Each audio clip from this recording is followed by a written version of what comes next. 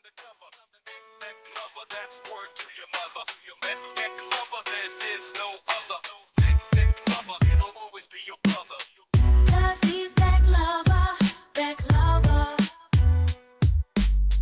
'Cause he's back lover, that's word to your mother. 'Cause there's no other, there is no other. Back lover, he'll always be your brother. 'Cause he's back lover, back lover, back lover. Back lover, he's always undercover. Back lover, that's word to your mother. Back lover, there is no other. Back lover, he'll always be your brother. 'Cause he's back lover, back lover, back lover. Back lover, he's always undercover. Back lover, that's word to your mother. Back lover, there is no other.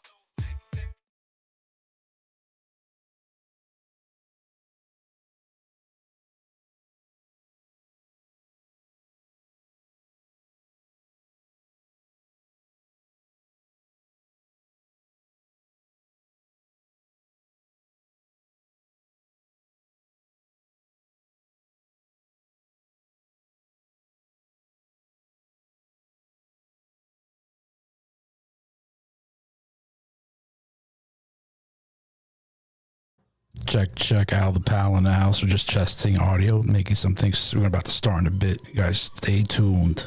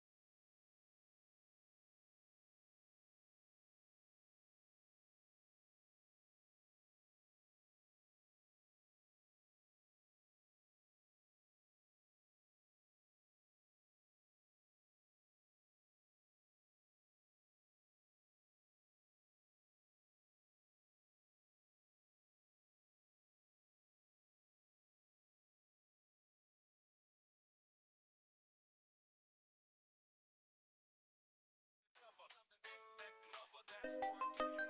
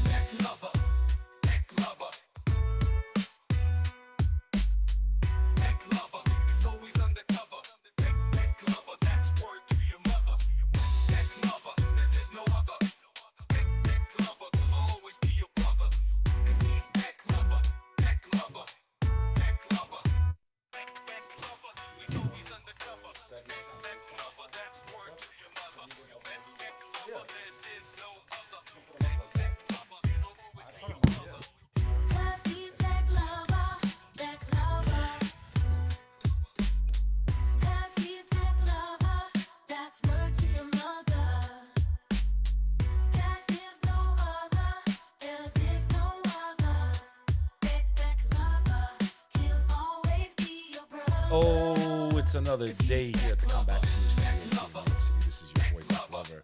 Welcome to another episode of Beck Reacts, right here on the Beck Lover channel, where I cover all the news stories, all the things that I think that are important that are going on in the world. There's tons of things happening every second, and I cherry pick what I find to be interesting. So if you're crazy, if you need to be entertained, you're tired of hearing the news from other people, and you want someone that's going to give you maybe a different take on things, you're in the right spot. I have an action-packed episode today. We're going to get into AI. We're going to get into the war in Iran. We're going to get into Trump. We're going to get into all kinds of stuff. And so make sure you hit that subscribe button. This show is live. There's no script. I just pull it up, man, and we talk. So a couple updates. I'll be in Tampa, Florida region tomorrow, God willing. There's a storm brewing right off the coast of Tampa. Pretty bad hurricane here in the New York City, New Jersey area. We actually had tornadoes touch down yesterday, which is very rare. I mean, literally tornadoes, about 30 minutes away from the city. That was pretty crazy. You know, it's just interesting times. Interesting times indeed, my friends. So, I don't know. Al's my guy. Mic's off, this, that. People saying it sounds lower. The music's too loud? Yeah. I don't know. We've been doing it for 8 years now. I think maybe we could figure it out, you know? So, all right. I don't know. Today, you know, it's like you scroll on the internet and all you see is nonsense, propaganda, lies, people using fake words like Islamist. Never heard that word in my life. I happen to be of the Muslim faith. Never heard of a Islamicist. This is something new that came out in the last year that they've been pushing. It seems like it's a combination of the word Islam and terrorist. Like they're too lazy now. It's already, you know, it's already a contradiction and an oxymoron when you say an Islamic terrorist, because Islam's actually a religion of peace. You can't be a terrorist and be a Muslim. You cannot kill innocent civilians and be a Muslim. You cannot harm another human being regardless of their faith, ethnicity, and be a Muslim. So when you put the word Islam terrorist, okay, which is what they've used since, you know, 9/11, right? Islamic terrorist, Muslim terrorist. I guess they got lazy. You know, all these people that push this propaganda against a world faith of 2 billion people, I guess they got lazy. So instead of always having to say Islamic terrorist, Islamic terrorist, Islamic, I guess what they did was they made it Islamicist. Islamicist. I guess that's what it is. They're so lazy from lying. Their tongues hurt. Like their tongues are so heavy from spewing hatred and lies that they had to combine the two words. It's the only thing that makes sense, you know? It's the only thing that makes sense. You know, you see posts by, you know, representatives in Congress and Senate and people like Laura Loomer. So I'm going to start the first segment here. Here we go. Pushing hatred and propaganda against Muslims has become a very tiresome job for many content creators, government officials, media personalities. So they've started to use the word Islamist, something that most of us Muslims have never heard of before. I don't know, what's an Islamist? You know, I've heard of Muslim terrorist, Islamic terrorist, but I've never heard of the word Islamist until this last year.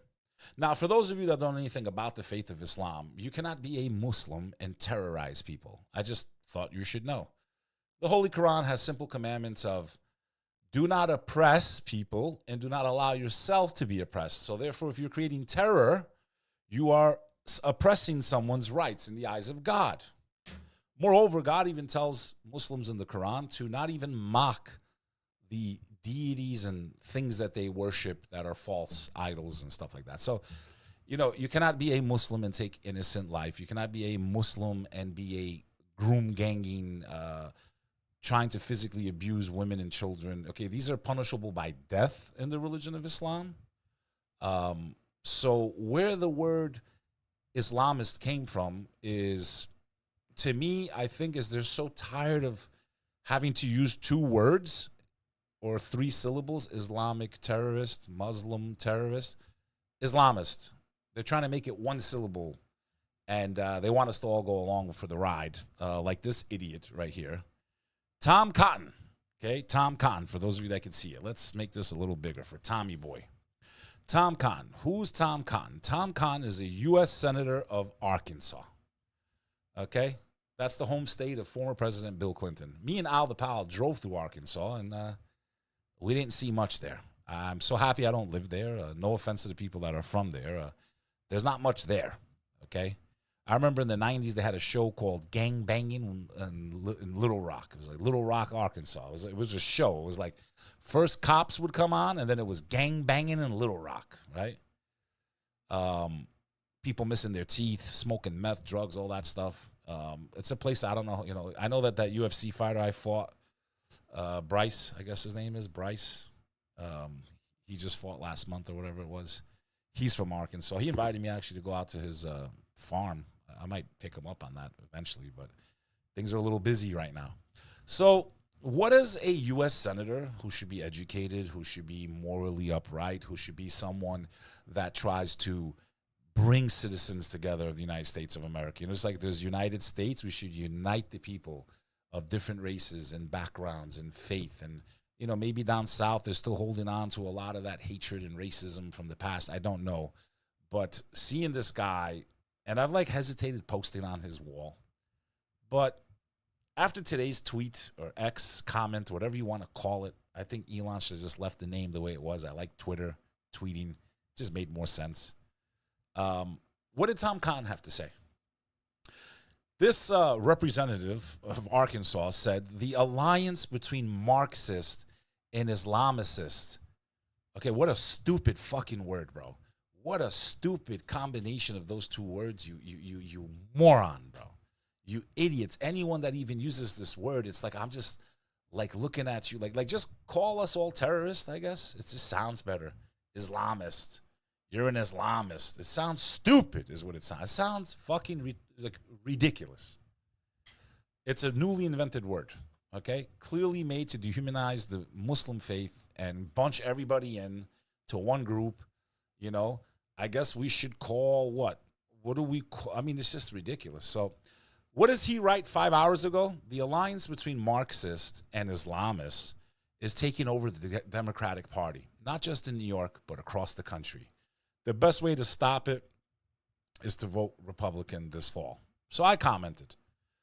I said, there is no such thing as an Islamist. That's a new word. That not even Muslims know what the hell you mean when you're using it. Like, I have no idea what the hell they mean by that word. Islam and communism are mortal enemies. I just want to clarify this to anyone that might think that Muslims are teaming up with communists. Mortal enemies. Mortal enemies. Complete polar opposites. One cannot exist with the other. And I would say the same for the Christian faith. The Bolshevik Revolution, they wiped out hundreds of millions of Christians. Anyone that survived communism knows no religion was allowed because communism and Marxism is actually founded in atheism. In atheism, okay? So I'm going to give this representative just a little bit of like history 101, like basic, like literally high school history. You learn these things. Communism is usually backed by atheist leaders who make the dictator someone to be worshipped. Look at Kim Jong-un. You don't see pictures of Jesus Christ on the walls in North Korea. You see the dictator's picture. Same thing in communist Albania. You would see Enver Hoxha's picture everywhere you looked. You know, ask anyone that comes from a former communist country, and they'll tell you atheism goes with communism, not faith. And I don't care what religion. It could be Buddhism. It could be any religion. It doesn't go with communism. They are not friends. Faith and communism actually don't go together. In communist Albania, where my family comes from, neck bone, that's what he is, a fucking neck bone. No one was allowed to pray or go to church for 40 years. It was actually one of the first and only atheist countries in the world. Every church and mosque was closed when the communists ruled Albania. A predominantly Muslim country at the time, all the mosques were closed, the churches were closed. You weren't allowed to have a copy of the Quran or the Bible. So explain to me, Mr. Tom Cotton, okay, Tom Cotton, senator, okay, you should be a little smarter than most people if you're a senator. Explain to me how that works. So how can the two be on the same side is a complete fabrication, easily refuted, and shows your lack of knowledge and simple ideology or your will to create misinformation about the two. Communism and faith are complete opposites and enemies by nature just because of their ideology. Here's a refresher for you in basic history, Tom Cotton. In the early Soviet Union, between 1917 and 1928, communist, Marxist, right, their hero, Karl Marx, after the Russian Orthodox Church had been closely associated with the Russian Empire, the new Bolshevik government viewed it as a political and ideological rival, enemy, moral enemy of the communist movement in the Soviet Union. The government seized church property, nationalized church schools and charities, removed religious instruction from public education, executed, imprisoned, and exiled many clergy during the Russian Civil War and its aftermath. You are an idiot. The word you use, Islamist, is fabricated. It makes no sense. It literally, I as a Muslim look at you and say, what a freaking buffoon you are. What a moron you are. Literally, what kind of a idiot are you? Where are you getting this word? How come I can't hear my sound effects, dude? Where's my sound effects, dude? Gotta push this through. Huh? This is what you do, dude? This is how you manage my stuff? Okay, can't hear nothing. How come I don't hear it, dude? Press the green button. Oh, we got energy now. So that's just an example of that. Then you have him, and again, let's just take a look at some of his posts. Let's just see what kind of senator is he? Okay, U.S. senator. Okay, let's see what kind of stuff he posts, what kind of nonsense he posts on his wall. Let's see what we're dealing with. Communist China is conducting the largest military buildup in peacetime history to become the world's dominant superpower. Yeah, Tom Cotton, because many senators and Congress people like you 50, 60 years ago, I covered this yesterday, opened up the doors to China, allowed free trade with them, allowed all of our jobs to be outsourced, allowed their agents to penetrate our highest levels of corporations and steal secrets. Even some of them worked in our government and stole military secrets and took it back to China because they actually give a shit about their country. They haven't forgotten about the Opium Wars. They want revenge, and they're coming for the Anglos, bro. They haven't forgotten the Opium Wars. The Chinese have been around for thousands of years, and they operate like a hive, okay? They actually are patriotic for their nation, and they don't look at themselves as individuals, really. They really look at themselves as greater China. What are Americans doing? We're debating and trying to hurt each other over whether a boy can chop his penis off or not and call himself a girl. That's what's got Americans caught up right now. We're gonna do good in World War III. So if we scroll down his wall, it's the same old bullshit, same old nonsense. Arkansas, it's a state that I've driven through a few times and I could care less. No offense if you live there, if I ever go back to them. But it's just, it's just these people, instead of being good role models to the rest of the country, and instead of just bringing people together, they fuel hatred because there's an agenda behind it. This doesn't benefit the American people at all. So just so you know, the word Islamist makes you look like a fucking idiot. You look like a fool. You sound like a fool. It makes no sense. Communism and any faith do not go hand in hand. They're actually mortal enemies. They've always have been and always will be. They really can't exist side by side.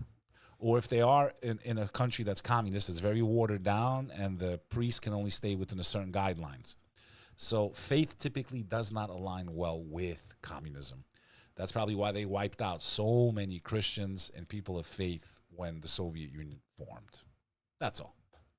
So that's kind of where we're at. If you like someone covering these types of stories and you want more, make sure you hit that subscribe button. Stay tuned to the Beck Reacts. Check out this wherever pods are available. We're also streaming live on Kick. We're on Kick, we're on YouTube, and we are on X. Also, check out our community, thecompanions.club, an amazing spiritual community of people that believe in the one God, work together, meet up, hang out, chat all day in the chat, live calls with me and my brother Sonny Faz and other influencers. Businesses had, things are going down. There's sisters in there also. It's absolutely amazing. Check out thecompanions.club. You get access to me, Al the Pal, Sonny Faz, and the hundreds and hundreds and thousands of members that have already swelled the ranks of the Companions. There is no other community that even comes close. Check it out. Our next recruitment is tomorrow, 6 p.m. Eastern time. Jump on the live stream, click the link, become a part of the family. We are one of many. We are never alone. We are the companions. If you like my hat, you like the gear, check out the companions.us for the clothing. Let's go. Support the work. Stop being cheap. All right. This witch is up next. This witch. Laura Loomer, also called Larry or Jigsaw by many, is a influencer who is no stranger to pushing propaganda, hatred, and agendas that only benefit the elite and do not benefit the average American.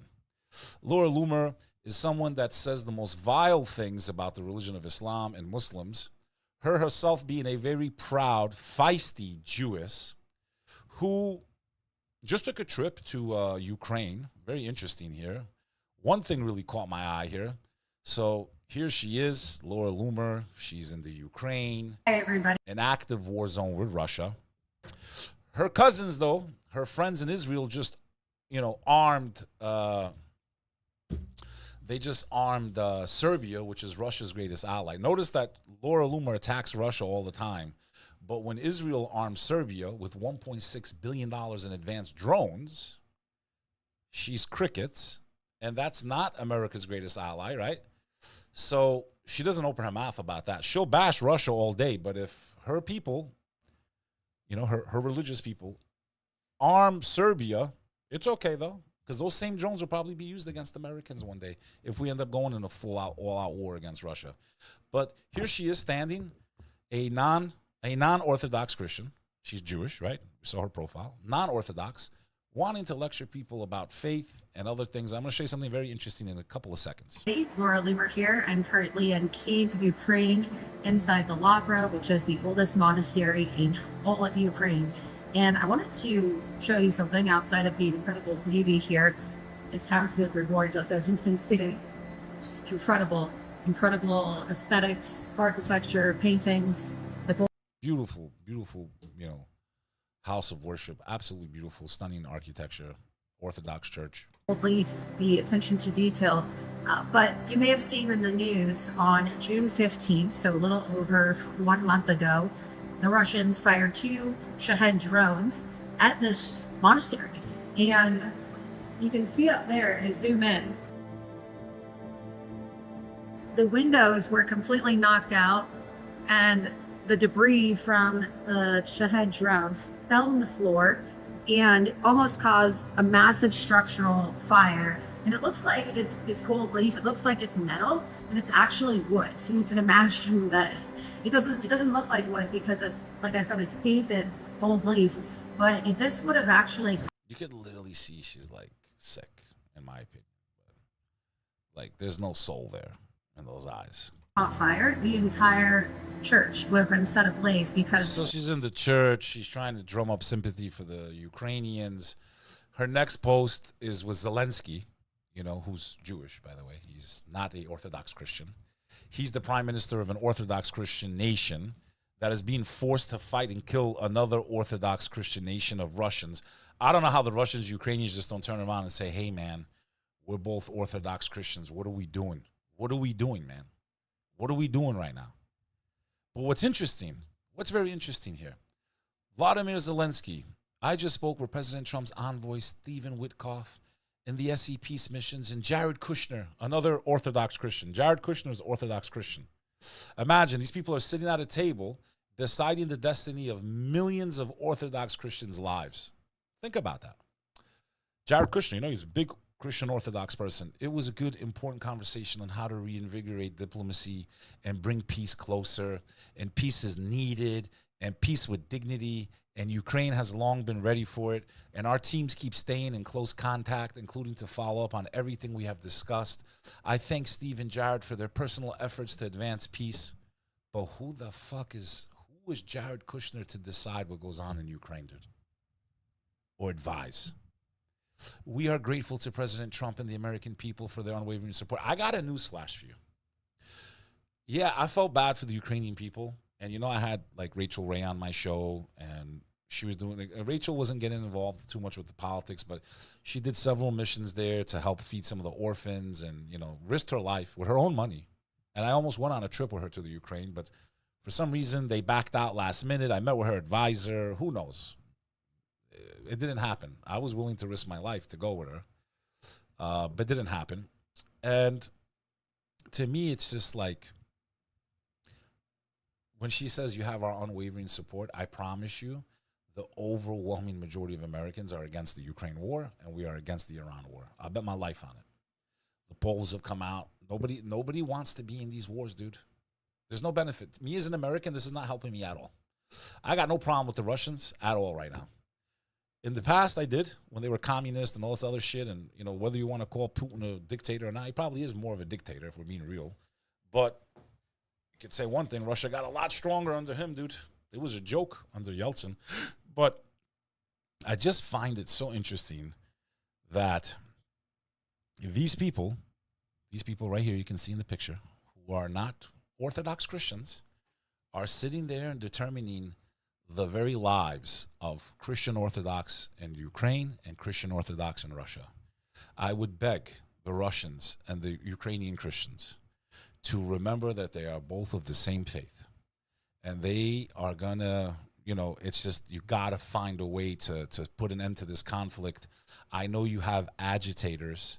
I know you have foreign influence fueling this problem. But you people have to find a way somehow, some way, to come together and stop this war. Your faith should be enough. Maybe you're not the same people, you don't speak the same language, but I don't think that the average Russian and the average Ukrainian actually want to kill each other. I just really, really don't. So I think it's crazy, crazy. So that's what's going on there. And again, if you look at her post, parking lot. 4 hours ago, she tweets, from this point forward, anytime the Islamic Republic, and this is, we're going to get into the next segment with this. If Iran shoots a ship at the Strait of Hormuz, whether it be a missile, rocket, drone, the United States will bomb and destroy one bridge or power plant, including these located next to or in the capital city. And she wants parking lots. She doesn't want what the president said, one bridge or one tunnel. She wants the whole country leveled, like Gaza, into a parking lot. Because remember, they want to bring the Iranian people freedom, right? That's what they were claiming. They want to bring them freedom. We're going to bring them freedom, but they're only going to lose like 3 or 4 or 5 million of you first, So, very interesting. Very, very interesting. But her posts are nothing but full of hatred.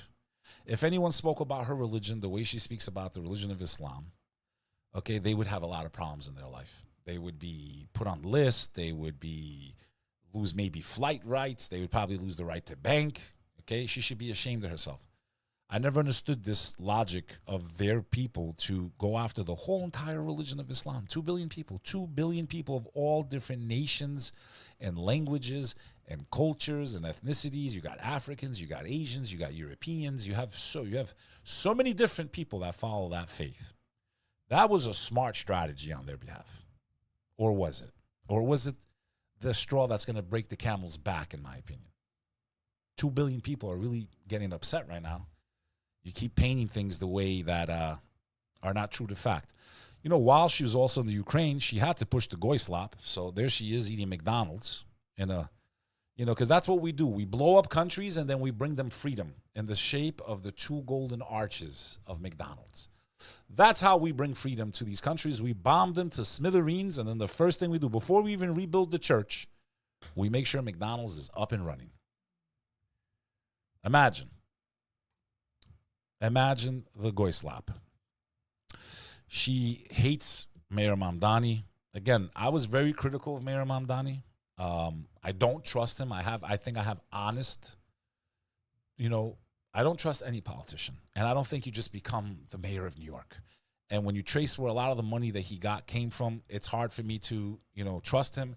And then also on top of that, his mom's in the Epstein files, bro. So for me, it's like, I can't, for me, they have to really earn our trust. Now, is he saying some things that I really like? Yeah, he is. Does that mean it's going to change things in the status quo? No. You know, there's a big talk about we have to arrest, you know, we got to arrest Netanyahu, right? But he knows he can't, and he knows he won't even try. So he makes a speech, and he gets everyone worked up, and he makes everyone feel like, oh, I'm going to do something about it. If he was a real G, he'd do something about it. He's the mayor of New York. He could shut down the roads. He could do a lot of different things he could do to at least show that he had tried to. But the International Court of Justice has become a complete mockery. The United Nations is a complete joke. And it's crazy, dude. It's absolutely insane to me that we're supposed to be the ones that enforce and uphold the ethics and the moral compass of what that institution was supposed to be. I'm not a fan of the UN at all. I think it's just a joke. It's just a parade. It's just a stage where leaders come together and act like we're trying to end this war. And I think they just get there, have dinner, and figure out how they're going to screw the rest of us. I think that's what the UN has become. But, yeah, he spoke a nice talk, but, again, no action. Netanyahu is not welcome in New York City, nor is any other war criminal at large. While we cannot end the genocide on our own, we can decide whether our silence will become another weapon, and we can examine every tool we have to defend the humanity and dignity of all people. That is my commitment to you. Great speech, great speech. And some would say, well, he's one of the only leaders that's talking about it. But if you look at some of the posts, so imagine Laura Loomer, ban Muslims from holding office in America. Now imagine if someone said, ban all Christians from holding office. Ban all Jews from holding office in America. Imagine if someone said this.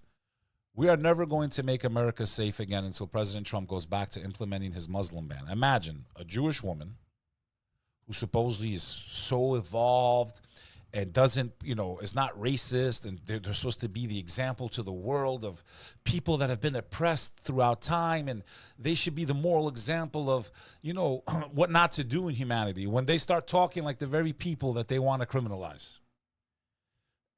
When you allow Muslims to participate in the American political system, you get 12 Shia Iranian regime sympathizers and Hamas lovers like Mamdani. It won't end well. I'm just glad that the Trump administration confirmed to me that Mamdani will never be given a FBI clearance. My senior FBI source told me. Imagine Laura Loomer, who's not even working for the government, doesn't have an official title, is having sources in the FBI and the president's ears, someone that can speak like this about an entire population of the world, an entire population of the United States of America, an entire group. If anyone spoke like this about her group, they'd have serious problems in their life. Disgusting type of talk. I pushed very hard for that to be the case even before Mamdani was elected. Shocking, my FBI source confirmed to me that they allegedly have reason to believe Mamdani's having direct communication with organizations. Should be a major story. I'm sure it is. I'm sure he's that stupid, knowing that he's under the microscope, that he's gonna give you the ammunition you guys need to fucking bury him. I'm sure he's that dumb. But again, like I said, I wanted Curtis Sliwa to win. I wanted someone really conservative, someone to like Giuliani-ish, to turn the city back, to hopefully turn the pages back a few pages. But, we didn't get that. So, it is what it is. So it's okay for people to bash Muslims, make up words, dehumanize them, group all of us together, all 2 billion, African and Asian and European and Latino and, Arab, of course, and Persian, and round up 2 billion, 1/5 of the world, and dehumanize us in a way that is not true to fact. And if anyone does it to any other religion, they're automatically attacked right away. Sometimes the Christians get picked on, they do, but no one gets picked on more than Muslims around the world. It really makes me feel very proud to be a Muslim. I'll be honest with you. Most of these people have never even studied the faith or anything about it, but it is what it is. I'm very proud of my faith. It's taught me to be a much better person. So if you like stories like this and you want a different take on things, you're here at the right spot. This is the Beck Lover. Beck Reacts. Hit the subscribe button. Drop a comment. Did I get it right? Did I get it wrong? Is it morally right for someone like this to be that close to government officials and view their fellow Americans just because they're a different religion like that? I don't think so. Drop a comment. Let me know. Make sure you check out the �companions.club. Amazing community of people that believe in the one God, work together, do amazing things, meet up, have fun, socialize, you name it. Even got an app. Come check it out, the �companions.club. And we'll see you in the next segment. Bang, bang, bang, bang. Crazy, bro. Any super chats, Al? How many people on this live, man?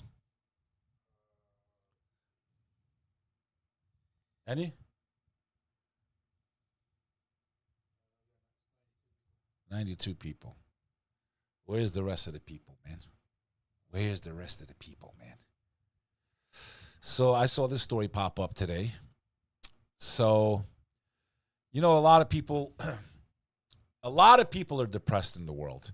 And people have different ways of handling depression. I personally use prayer. It's been very effective for me spiritually, tapping into the higher power, realizing that life is a gift and that there's going to be ups and downs and trying to connect back to source. Some people try to drown out their depression the wrong way with using alcohol and drugs or smoking marijuana all day.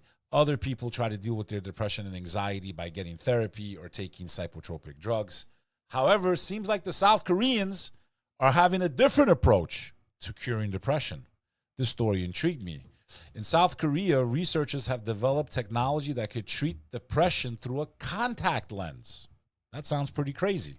Let's see what this story's all about. Is there a new way to cure depression?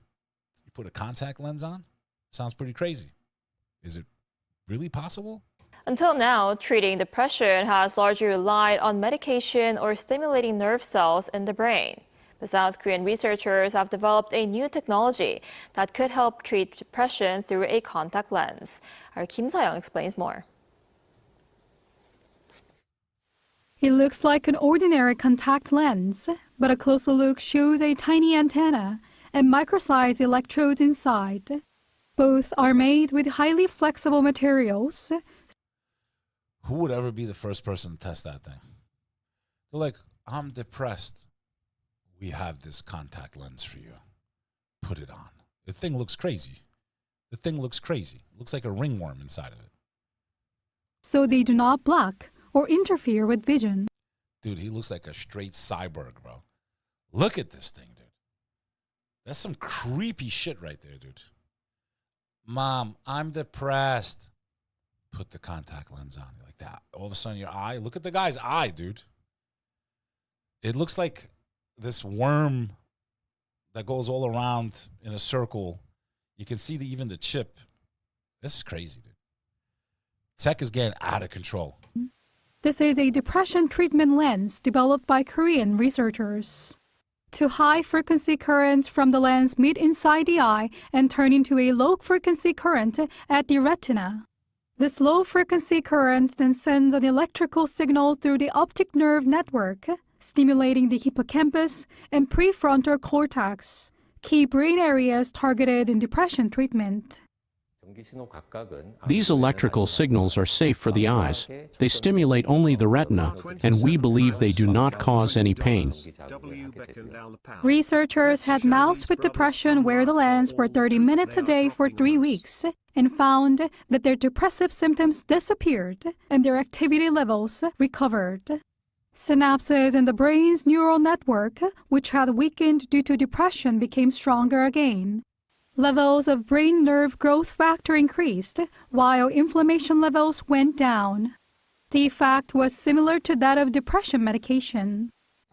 Machine learning showed that the treated mice were no longer All right, so you're depressed. You put on this contact lens. It stimulates the brain with electrical currents and supposedly makes them feel better. It's just crazy to me, man. First of all, I don't know if it works or not. They're saying it does. Number two, who knows what the consequences are, though? You know, what's the long-term price for using this type of tech? I don't know. I think it's too early to tell. But I could also see how they would start manipulating then maybe different things where they send a different type of current to stimulate other things in you. I don't know. It's always creepy. There's always a price to everything. There's one thing I've noticed in life. There are no shortcuts, and there's always a price to pay. close to the depression group. Instead, their patterns were much closer to those of normal mice. Researchers say the results are promising, and they plan to begin clinical research within 3 years. 김서영, 아리랑 뉴스. 김상황, 아리랑 뉴스. 김상황, 아리랑 뉴스. I said it right. So they're not even close to doing clinical trials yet. That thing just looks creepy to me. I'll be honest, it gives me chills, man. You know? Imagine the jaw, that's what it is. He puts one of them in, he's like this. It's just some creepy, creepy stuff. Would you try something like that? Would you be a guinea pig? Now, anyone that suffered through depression, and I've been through it, it is not fun. It is very hard to get through. It becomes almost like a form of being imprisoned. But the imprisonment is in your mind. And everything's doom and gloom. And you're sad. And you're this. And you're that. And you feel like nothing's ever going to get better. And it can be devastating. And you feel very low motivation. And you lay, at least for me, I always want to lay down and just not do nothing and just watch TV and try to forget about life. I think a lot of people go through that. I think the best cure, and I'll still say it to this day, I think the best cure for depression, the best cure for anxiety is to pray, man. It's literally to detach from the material world. You take a break. That's why I love, the faith that I practice, the 5 prayers. 5 times a day, I have a chance to break for a couple of minutes, completely detach from life, the material world, take my attention off everything, good or bad, my attention off everything. And for those few minutes, I remember why I'm on this earth. It's not going to be forever. I put my head down in a state of submission to the Creator. I remember why I was made, why I'm here, and that one day my life will end. And I shouldn't let anything upset me to that level, because no matter what, in the end, none of us get out of here alive. And that this is the purpose of life, to elevate, to push back, to do good, to work hard. And I reground myself. And I can tell you, after losing a very close family member and not having alcohol to fall back on or anything like that, and going through that process of grieving, but staying connected to the Creator, I made it through. And I had friends and family that still haven't recovered. They're in denial. They're in denial. They go through a hard loss. Somebody passes away, God forbid, a close relative, a spouse, a child, a friend, and they just can't handle it. But I know that God designed us to handle anything and not to place more burden on a soul than it can bear. So to me, I really think it's the hack, but it's not a hack. It's part of the maintenance of the human life, to tap into that higher power, to make intention, to submit your will to the Creator, and things start to happen when you're in that state of submission. I really highly recommend any of you that are struggling, that are suffering, that are lonely, call out to your Creator. Take no shame in that. Do it in the privacy of your home. Do it when no one else is around. Call upon that Creator and just see if that Creator doesn't respond. He will. He will, I promise you. You're watching His response. You right now are watching His response to my prayers. Facts. I shouldn't be here. I shouldn't even be doing this right now. I owe my success to that Creator. All praise and glory. So, yeah, do I think this might help? Yes. Listen, and there are some times where things are mental, right? It's not always spiritual. So I don't want to downplay the miracles that science has done. But with new tech like this, and we don't really know what it does, and this and that, you got to be very careful. And I don't trust companies. They're for profit. For profit.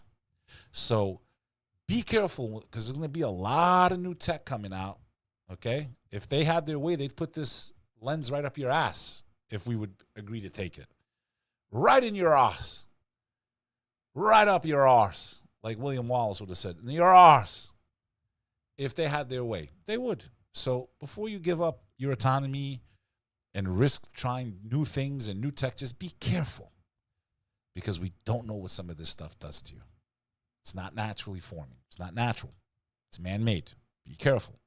If you like segments like this, make sure you click the comments, the likes, the follows. Support the show. Help me propel this message to the world. It's your boy, Beck Lover. And you just watched another episode of Beck Reacts, where I talk about all the crazy stuff in the world and I compound it for you, my friends. And let me know what you think by dropping a comment. Yeah. Super chat. PA27 pilot should be working right now, running his company, but he's too busy watching me. W. Beck and Al the Pal. Let's show these brothers some love for all the truth they are on us. Thank you. Told you stop sending super chats, man. My audience is cheap. You could be cheap too. Don't worry about it. So, yeah.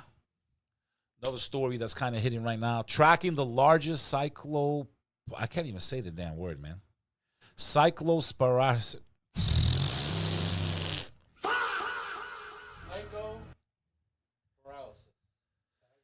Tracking the largest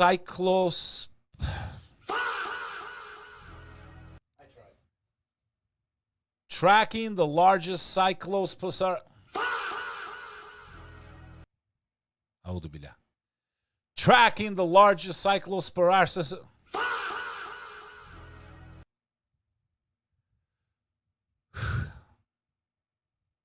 You try. You think it's easy? Go ahead. You guys try.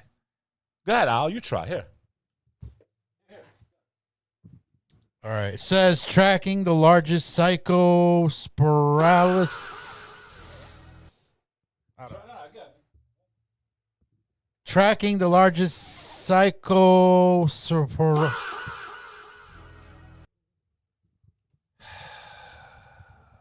Let's try this again, dude. Let's try this again. Ugh. Tracking the largest cyclosporiasis outbreak in the U.S. I think I said it right. Basically, diarrhea. Diarrhea. Violent diarrhea. It's so violent, the first thing you hear is your stomach.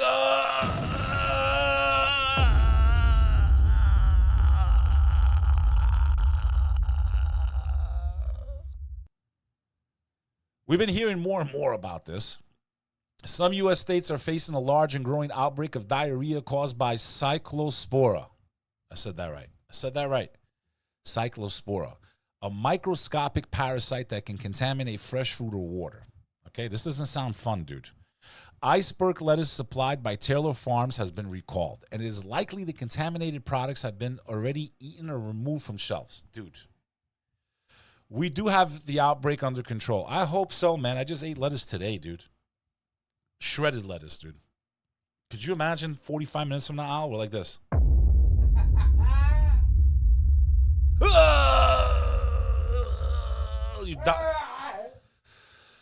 We do have the outbreak under control. U.S. Health and Human Services Secretary Robert F. Kennedy Jr., complete letdown by this guy. I'm going to be covering him very soon in the next couple of segments, okay? I'm just so disappointed in him. As a matter of fact, we should just do the whole freaking segment together. Illness can take a while to appear. Okay, that's not cool. And the epidemiological curve of new cases hasn't yet slowed. That's not good. Health officials are racing to trace the details of cases and ongoing investigation, but the parasite is notoriously difficult to find. Testing produce can be challenging. So basically, you're telling me we shouldn't even be eating fruits or vegetables anymore. And people say, why do you have such a hard time, Beck? How come you have such a hard time getting healthy? Because every time I want to start eating lettuce or tomatoes, something like this happens. Have you noticed it's happening all the time? Recall this, listeria, this thing, that thing. Last year was with the cold cuts, the this, the that. Every time I get ready to start my amazing diet, okay, I'm going to eat lettuce for the next 6 months. I swear I'm going to eat lettuce for the next 6 months. No matter what happens, I'm going to eat lettuce for the next 6 months. I'm going to lose this weight. I'm tired of being a fat bastard with breasts. I go buy my iceberg lettuce. I go buy the pre-made salads because it makes it easier. Just throw salad dressing on it. What do I got to do? Throw it in the garbage. I got to throw it in the garbage, dude. As of last week, the CDC has identified more than 11,500 cases of domestic cyclosporiasis. I think I got it. 4,173 cases are confirmed, and about 7,400 others are undergoing further laboratory testing. Multiple clusters and cases have been investigated this year by the U.S. Food and Drug Administration. At least 2 investigations remain ongoing. The CDC has linked 1,644 cases to the specific outbreak. Okay, this thing's nowhere near ready. This thing is still warming up. Okay? Is nothing safe anymore, man? Not food, not air, not water. Okay? It's crazy. It's absolutely crazy what's going on out there. And RFK, you know, speaking of the devil, where is he, dude? Where is RFK? Where is he? Like, he promised us all this stuff. We're going to make America healthy again. I'm banning the dye, whatever it was, the red dye. Go buy a Gatorade right now. Go buy some Skittles right now. That dye is still in the food. I'm going to get to the bottom of the injuries that came from the jab. I'm going to get justice. I'm going to go after the food and companies. Nothing. It's been a couple of years. Nothing. Not a single victory. Nothing. Just a lot of talk. With his raspy ass fucking voice, bro. I'm going to, we're going to take out, we're going to fix her. I had to listen to him run. We're going to make America healthy, or I don't know what we're going to do. I'm going to eat, I suck Trump's butt. We're going to, nothing, bro. I even hosted him in the X Space, man. I'm sorry if my friends are watching, dude. Okay? You know I had him on X Spaces, right? I was on a stage with him. Okay? We spoke, You know, I liked what he was saying, but they all do the same thing. They promise this, they promise that. They don't do nothing, dude. They don't do nothing. Okay? I don't know what we're going to do. We're going to fix it. Could you imagine putting RFK and Alex Jones on a podcast for 3 hours and you have to listen to them talk? The way their voices sound, dude? I'm good. And I'm not trying to make fun of the guy, but you know, it's hard to listen to. And he hasn't done anything to make America healthy, in my opinion. We're fatter than ever. Period. So, yeah, make America healthy again? I don't know. You know, it's crazy to me. I'll go to Europe, right? And I haven't been to Europe in a while, bro. Yeah. It's been a while. And part of that was when they closed the world down in 2019, and then you had to have a certain thing to get over there. And you have to show your card, and I'm like, I'm not playing that game, and I'm not putting nothing in me that I don't believe in. And so I haven't been to Europe in 10 years, dude. That's a long time, bro. And I don't feel comfortable. I'm in no rush. I don't like the way the Europeans have been running their countries. I feel like they're, you know, stifling their citizens, especially the UK. Free speech. I want nothing to do with it. I keep getting, you know, fan requests and calls and please come speak here and give a lecture there and blah, blah, blah. But I'm very disappointed in Europe, dude. Not that I'm proud of America. We've gone far off the deep end. But they are really like almost pushing towards communism the way they treat their citizens, especially during the lockdowns, the way they treated their people in the UK. I'm okay on that one, dude. I know they just banned 𝐭, right? They banned 𝐭 from Australia or UK? Can you look it up? So it's like, you know, crazy, dude. Crazy. The way they're treated their citizens, the way things are going. Free speech is under attack in all the Western democracies. Imagine a Muslim, an Islamicist, fighting for free speech, believes in the U.S. Constitution, wants to see America thrive, wants everyone to be treated equally and fairly, wants a nation where we can all coexist and enjoy each other's different cultures and foods and beauty, bro.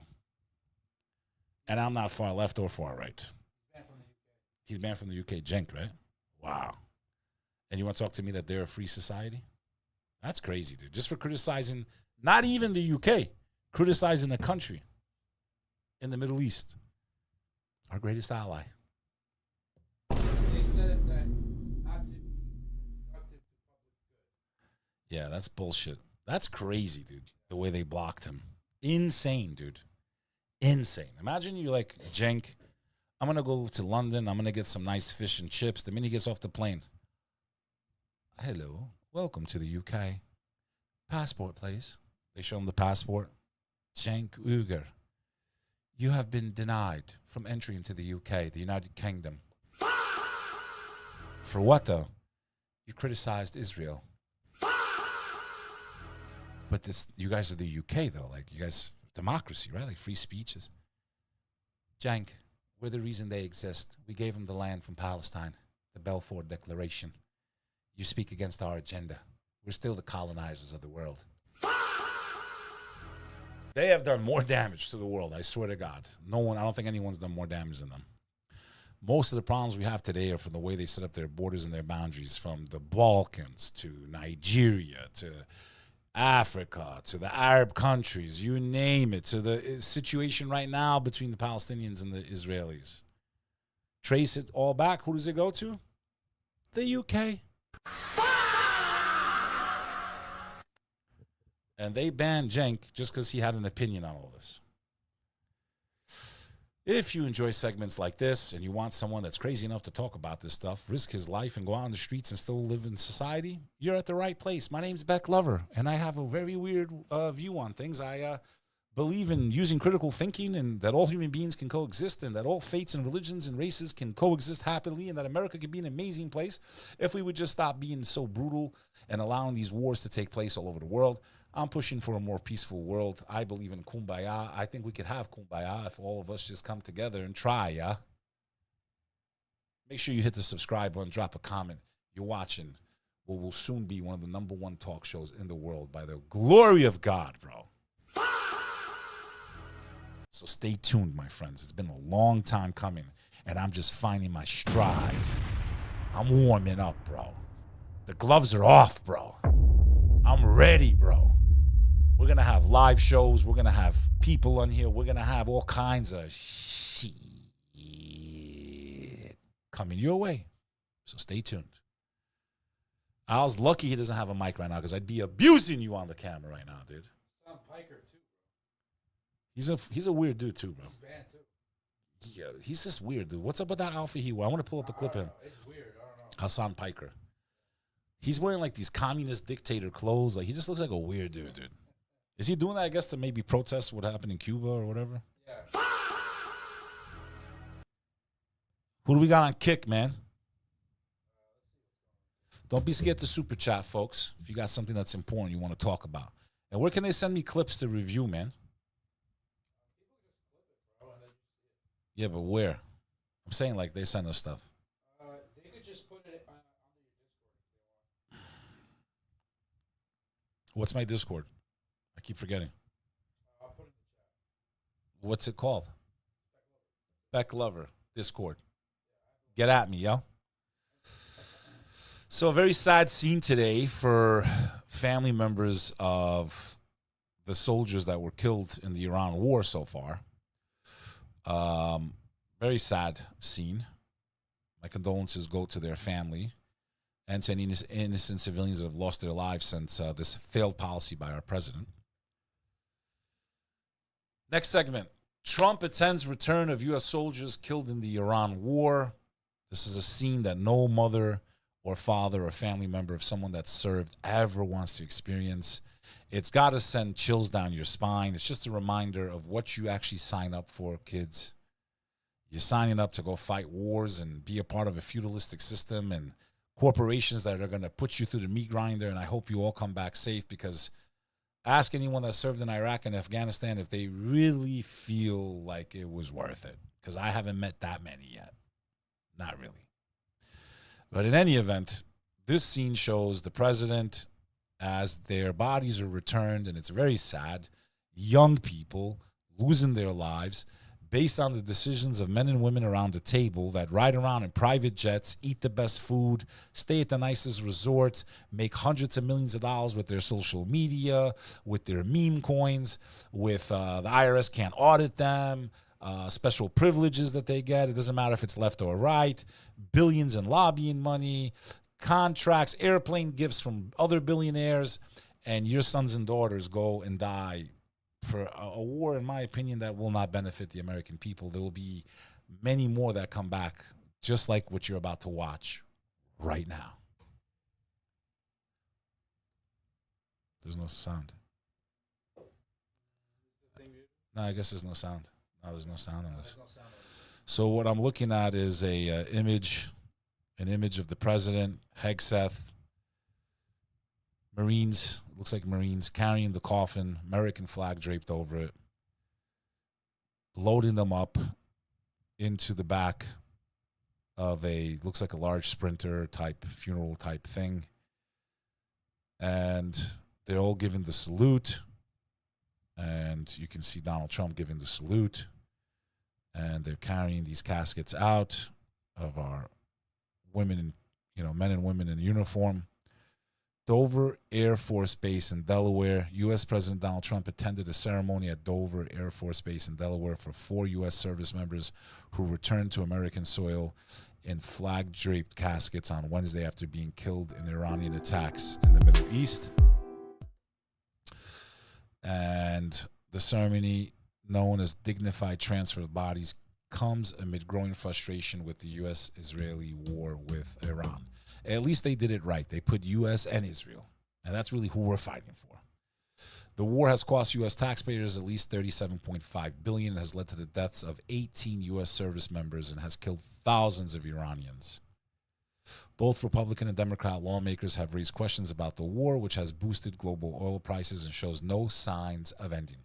Even though our president said, oh, it's over, we got a deal. It's over, we got a deal. It's over, we got a deal. It's over, we got a deal. He must feel like an idiot because he looks like one right now. He really does. Since we're in the Iran area, Associated Press reports Iran's demands over the Strait of Hormuz would set a dangerous precedent. Rubio warns Asian leaders. In the Philippines, U.S. Secretary of State Marco Rubio, who's probably dying to be the next president under the Republican banner, warned Asian leaders Wednesday that Iran's demand to control and collect tolls in the Strait of Hormuz would threaten the world's economy and set a precedent that could be repeated elsewhere in the world. Rubio spoke at the state of an annual meeting in the Philippine capital, Manila, from the Association of Southeast Asian Nations, who have expressed alarm over the resurgent fighting in the Middle East. So basically, Iran wants to put a toll, kind of like how we get screwed every day as New Yorkers. Like if I want to go to New York City right now, I got to pay $26 just to get into Manhattan. It's a crime against Americans. Yet when it comes to a large body of water that Iran seems to be dominating, seems like we can't stop them. Seems like they got the Strait of Hormuz on lockdown. Like a pimp's got his bitch on lock. Okay? It seems like the Iranians are saying, now we're going to start charging every ship that comes through. They'll probably have to sell the money. Imagine you're on this big-ass oil tanker, and you got to get through the Strait of Hormuz, and all of a sudden you get a text message from Iran. And at the same time, they're pointing all these missiles at you. Ship 6782, report yourself. Hi, my name's John. I'm with the SS Oil Queen. That's cool. We need you to pay the tariff to cross the Strait of Hormuz, or we will disintegrate your ship. How much is it? 10,000 US. You can send crypto, we take Bitcoin. You see the Iranians saying. No, we don't have it, sir. We don't have it. What do you mean you don't have it? Ship, finished. So basically, this article is about them putting tolls on the Strait of Hormuz. If we create a precedent in the Middle East where a nation state can decide that they are going to control an international waterway, charge a toll, and if you don't pay them, blow up your ships. So literally what I just reenacted is what he's saying. We have created a very dangerous precedent which will repeat itself in other parts of the world. Now imagine you had to go to China to pick up plastic dildos, and they need to be delivered to Colombia. And you need to take a shortcut. You want to go through Strait of Hormuz, let's say. I'm just making this shit up as I go. Now you're on the ship, and you're going through. You're carrying the made in China plastic products. A lot of men use them too, unfortunately. And the broadcast comes in now. Ship 6725. This is Mahmoud Harkin from Iran. You are passing through the Strait of Hormuz. You must pay the toll. Now, it's your first time going through there. You don't know. You got a ship full of dildos. You're driving there. Ow. Do you hear me? You must pay the toll. You don't know. If you don't pay this toll, it's going to be plastic penises all over the sky. You're the captain of the ship. This is ship 233. We do not have any type of knowledge of this. I don't think we will be able to pay, you must pay the toll. You just see plastic penises all over the air, bro. Blown to smithereens by an Iranian missile, bro. Like, do you understand what this is going to do to the cost of life, man? Crazy. I know I joke about these things because it's so depressing, and we're on the brink of World War III. But that's literally what they're talking about, that they maybe want to try to do. In that same region, we got the Houthis deploying missiles and drones to attack ships in the southern Red Sea, naval group says. Again, this is CNBC reporting, so I don't know how much we could trust this crap. Houthi militants are ready to attack ships in the southern Red Sea. The militants have deployed missiles and drones near the Bab el-Mandab Strait. Sources close to the group stated that the Houthis have completed preparations to attack shipping, including the deployment of missiles and drones positioned near Bab el-Mandab, the Joint Maritime Information Center. So we spoke about this a couple days ago and yesterday that they're going to try to do a blockade of that whole region. Again, I think we're going to see catastrophic prices in oil. Worse than what we've been experiencing these last few months. Okay, this is like really starting to hurt everybody. The whole economy runs on oil, gas, right? Petroleum products, trucking, flights. Okay, on and on and on. Dangerous situation here. Very expensive situation to the rest of the world that's not involved. While this is all going on, the Saudis in the U.S., they do a deal for the kingdom to enrich uranium. Okay? So that's very good news for the Saudis. Donald Trump said to have approved agreement to help kingdom make fuel for civilian nuclear program. This is theguardian.com. Donald Trump has approved an agreement with Saudi Arabia that could provide the kingdom with uranium enrichment capability for its civilian nuclear program. You know, they always say it's not so they can get a nuclear bomb, but it always leads to a nuclear bomb. Same thing, if I'm not mistaken, happened with India. First, India got nuclear power, and then they were able to make the bomb. So this is just one step closer to Saudi Arabia becoming a nuclear power. You know, supposedly the country where the hijackers came from. I mean, the contradictions and the narratives. So, yeah, he met with the prince. They're going to do a deal. It's a good deal. It's a great deal. I'm sounding like a Donald Trump from California. Hang on. That's Trump from California. Hang on. Let me try to do Trump. No. I sound like Bill and Ted, dude. No one does it better than Godfrey. Godfrey's. It's a good deal. It's going to be a good deal. They're going to get their uranium. They're going to get cheaper power. We're going to need less oil from them. We're going to trade the oil. We're going to trade the oil from the fields for the uranium. And they're going to have atomic energy. It's going to be great. It's going to be a great deal. They're going to have atomic energy. We're going to take the oil. It's going to come cheaper. It never comes cheaper. Paying $6 a gallon right now in Jersey, man.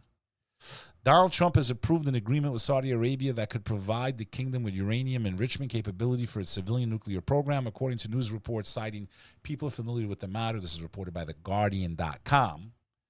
The time of the announcement is controversial as the U.S. war with Iran is being fought in part to prevent Tehran's enriching uranium domestically and make it nearly impossible for Iran to build a nuclear weapon.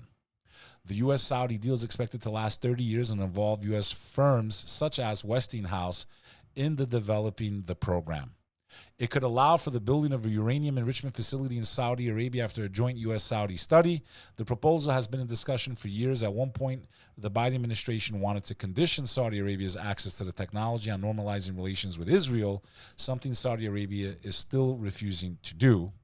The plan is expected to be submitted to Congress for review, where it could face opposition amongst lawmakers who fear a lack of monitoring safeguards to restrict Saudi Arabia's uranium enrichment.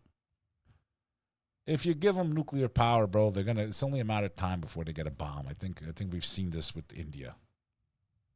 You know, so that's kind of what's going on in the Middle East right now. This thing's nowhere near close to ending. I'll type in right now on X and see if there's anything popping up that's breaking, because more people go there for news now than anything else. Let's see the latest on Iran. What was that? Top. So yeah, as we're still speaking about the fallen soldiers, here's what he had to say about those soldiers. Some of you are going with us to honor our heroes, and they are indeed great heroes, actually. They said, and all of them said very strongly, we cannot let Iran have a nuclear weapon. They won't have a nuclear weapon. So we're going to honor them. Some of you are going with us. It's always about a weapon, weapons of mass destruction. We can't let Iran have a nuke, you know. So that's kind of what's going on. with the whole Iran thing. Do I see anything else here in lady news or breaking news? And I'm seeing accounts here. I don't know where these accounts come from. I don't know if they're from Iran or let's see what they clipped Because here. let me tell you, that's what this skirmish we have going on. I call it a skirmish. This is with this skirmish we have with the Islamic Republic of Iran. And I call it that because let me tell you, they're getting hit so hard and they want to make a deal. But I say they're not ready to make a deal. Because every time they make a deal, they want to change it and everything. They're not ready. They'll be ready very soon. Yeah, it's only been like how many months now? It seems like they don't give a shit. Seems like they're calling your bluff there, Donnie boy. Back and forth, bro. Justin, Israeli artillery shelling is ongoing in Ali al-Tahrir Hill, located in southern Lebanon. House passes $1.5 trillion defense bill despite standoff over Israel and Trump voter agenda. Passage of annual bill complicated by Trump's decision to join Israel in attacking Iran without, keyword, without congressional approval. So $95 billion funding package for the war with Iran. So they got their money now. They got their money. It's time for bullets to start flying and missiles and people to start dying. They got the money, man. They got the money. They got the money. They got the money. They got their war. You know, it's coming. They got the funding. Some of you may have seen the clip yesterday of Hegseth. 1.5 trillion.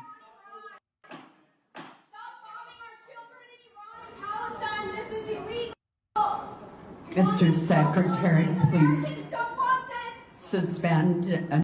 You always got to love that one processor that somehow gets past all the screens, the checks, the this, the that, and then they pull out the banner and start screaming, especially if their voices are really annoying. Because, you know, for a split second, it gives them a fucking headache. He gets a headache. Until order is restored in the hearing room, we will. There's nothing more annoying than the screeching voice of a woman. No offense. It's just, I mean, listen. So at least you gave him a headache, at least. Begin the timing clock since you've been interrupted twice.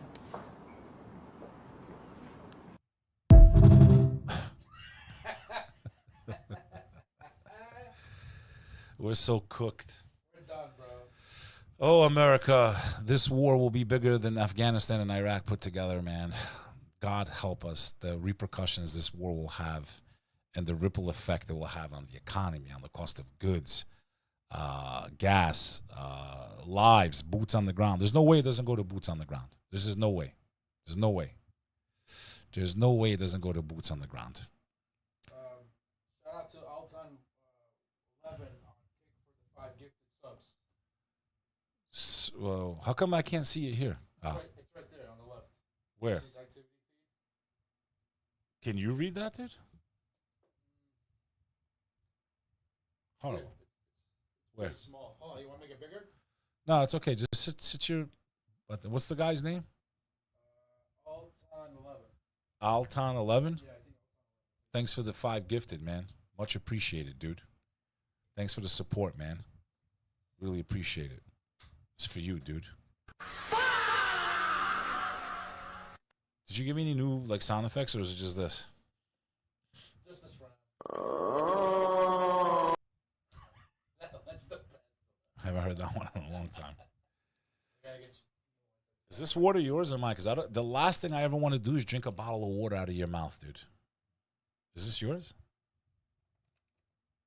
Can you get me a water, dude? I don't. I'd rather not take the chance, dude. Can you just get me, please? I'm dying. I need water. My mouth's parched. So, if you want to bump up some super chats, how many people in the chat, man?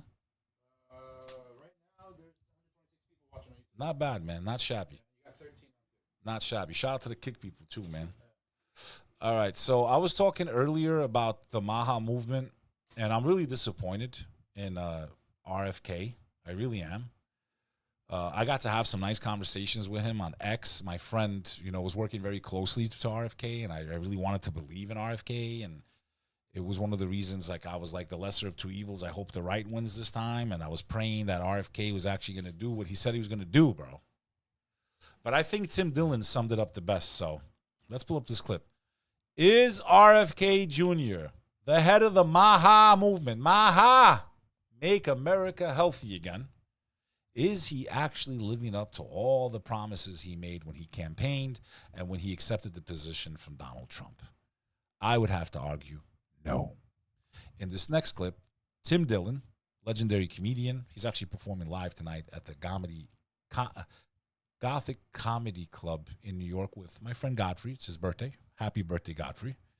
And Tim Dillon, who has been very vocal on many issues, and I seem to resonate with him in about 90% of what he says. I really do. I really feel like a straight Tim Dillon. Many of the things he stands for, I agree with. Politically, at least. Let's see what he had to say about the MAHA movement right here. I think this is an important clip. Let's pull it up. Water's got high levels of bacteria. Drinking water in a lot of areas isn't safe. That's not going to get better. RFK and Cheryl, I mean, did you see this? He's like fighting a yak. This was the guy who was going to try to help the food. The food's as bad as it's ever been. That was all fake, by the way. He was going to look into all of the vaccines and the food. He didn't do any of that. It's fake. So he's like on some summer vacation with Cheryl and some yak. He's just like on his Instagram, so I'm like, he's like, we did a 10-mile hike up the mountain and I saw a yak. His impersonation of RFK. Were you with me that day? No, you weren't. Oh, you weren't. I was with one of the brothers. He knows who he is. And I sat right on stage and watched Tim Dillon. When he started, this is like 4 months ago. When he started doing his impersonation of RFK Jr., dude, I started dying. Hey, listen, he sounds exactly like him. And then I pushed the yak with my phone and it ran away. And you're like, hey, man. Leo, let's just pull up the real RFK for a second, dude. Yeah, it's so good. He's amazing, dude. Really, really good. Okay, great. We'll take of America. Forensics, and we've identified the source of the outbreak.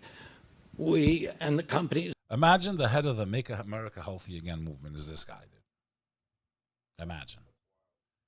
And I really wanted to believe in him, Al. I swear to God, I wanted to believe in RFK Jr., dude. Everybody did in the beginning. Okay?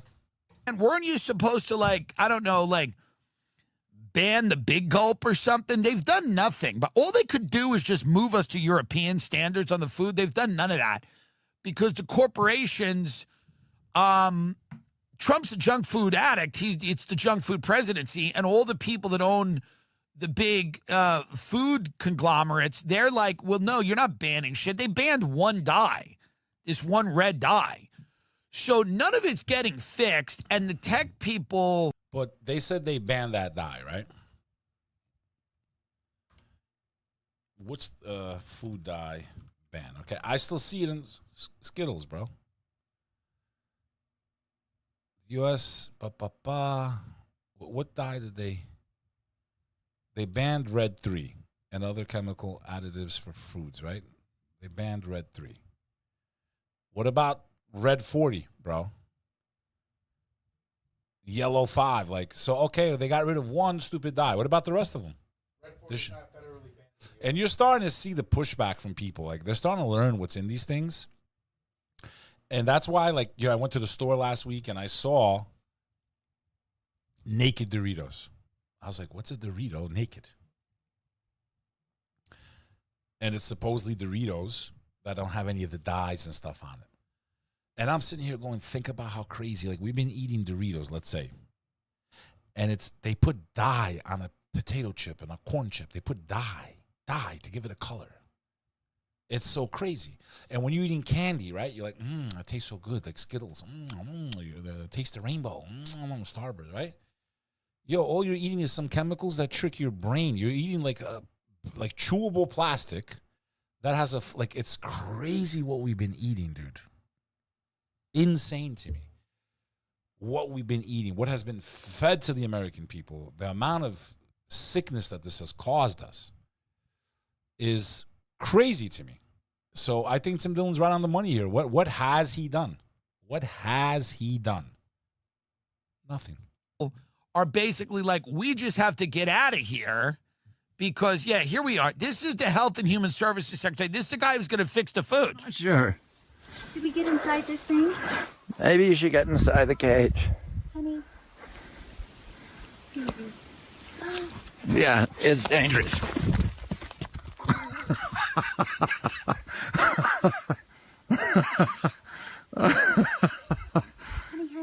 Come on, honey.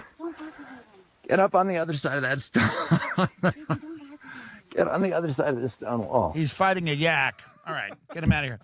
So that's now what our country has become. Our country now, he's doing content. The Secretary of Health and Human Services is now doing content on social media with wild animals. He's now become some weird version of the crocodile hunter. He's now like, he's the Steve Irwin that we deserve. You know what I mean? It's like, it's so that's what it is. Waters. I was so pissed, man. I tried to get into the damn show tonight, but for some reason my payment wasn't going through. Because I would have got to see him tonight with my boy Godfrey. But I don't want, you know, you hate calling in a favor to a friend. Hey, let me come, let me go backstage. It's a big show tonight, bro. It's Godfrey. It's Tim Dillon. It's Nikki Glazer. It's a big show, bro. And, yeah, I might just go. I think I might just shoot over there later. Just say what's up after the show. So, yeah, I think Tim Dillon's right. I think people are disappointed. We're not getting anything that we were promised. It's a complete joke. It doesn't just apply to Tim Dillon. When you check out the Sean Ryan show, which I have no idea why I haven't been called on yet. Sean Ryan, I'm here. We need to have a very important conversation. You brought on a lot of fucking clowns to discuss very serious topics like faith. You bring on a lot of non-Muslims to talk about Islam, and here I am telling you I'm ready, brother. Let's have a real conversation about it, man. Let's lay it all out on the table. Bring this Muslim American on, and let's have a real conversation, dude. But I love a lot of what Sean Ryan does, man. I love his pod. I love the guests he brings on. I love the conversations that he's not scared to have. And I really think this guy does care about America. And sometimes I wonder how he hasn't been shut down yet because of the stuff that he puts out there. And I don't want him to be. I'm just saying, like, he seems to be, you know, hanging in there. So sending my love to Sean Ryan. I just don't see any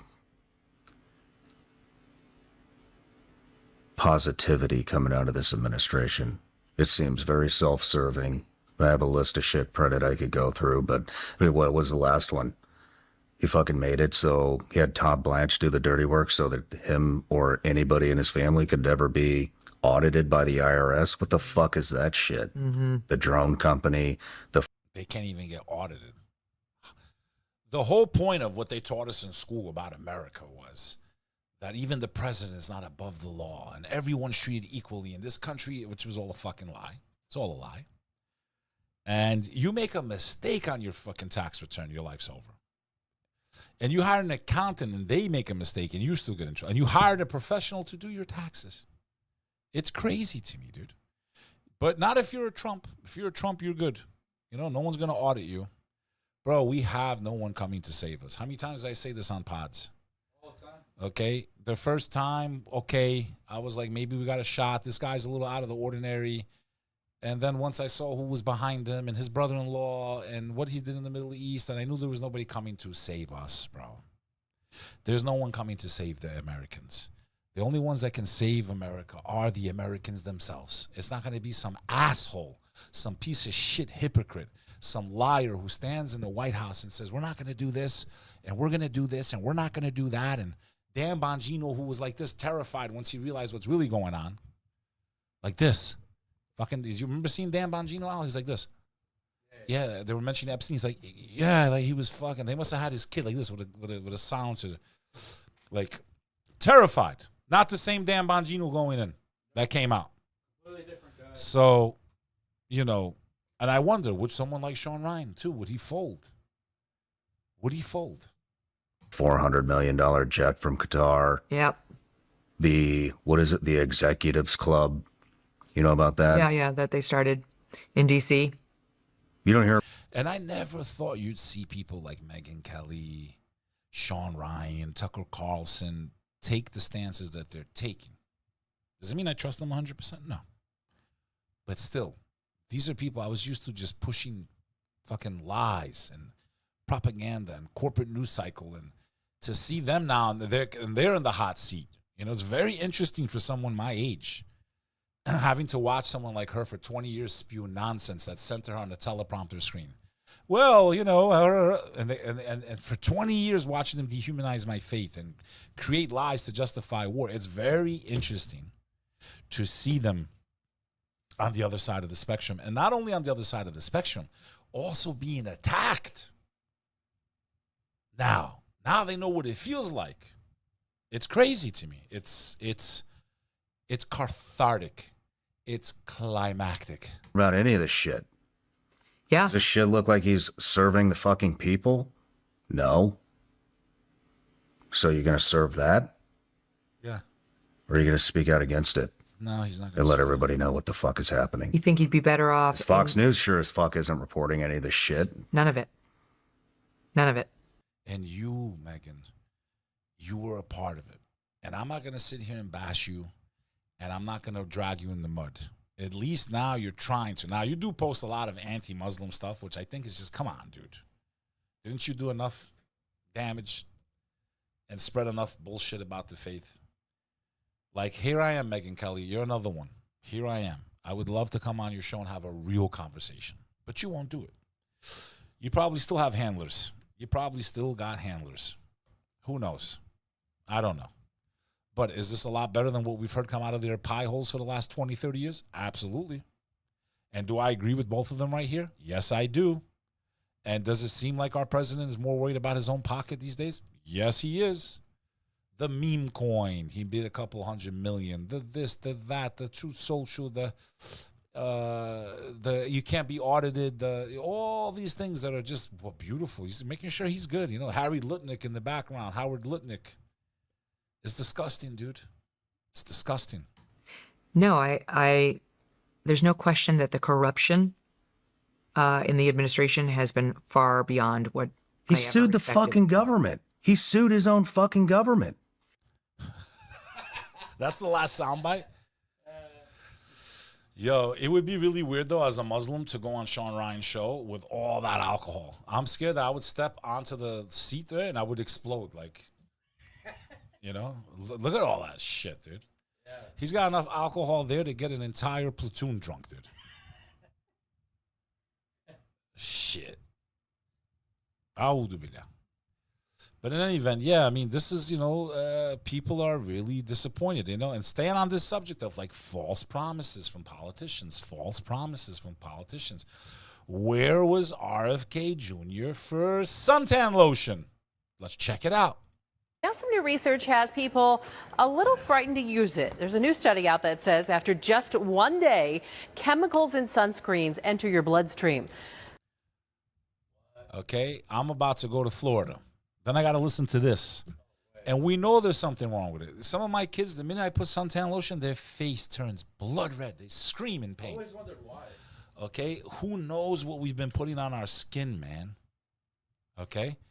So my question is, where the hell is RFK Jr.? Where is Maha? Where's the help? Where's the transparency? There's so many of us that have allergies. I, for example, am allergic to propylene glycol. When it touches my head, I'm finished. I start to bleed. You've seen it.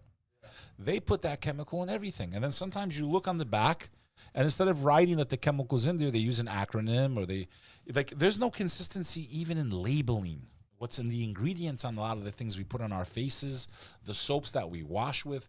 They use these scientific names, and all we are putting on ourselves is toxic stuff that's probably killing us and giving us cancer, dude. Before you grab that bottle of sunscreen, the first thing you need to do is check the ingredients on the back.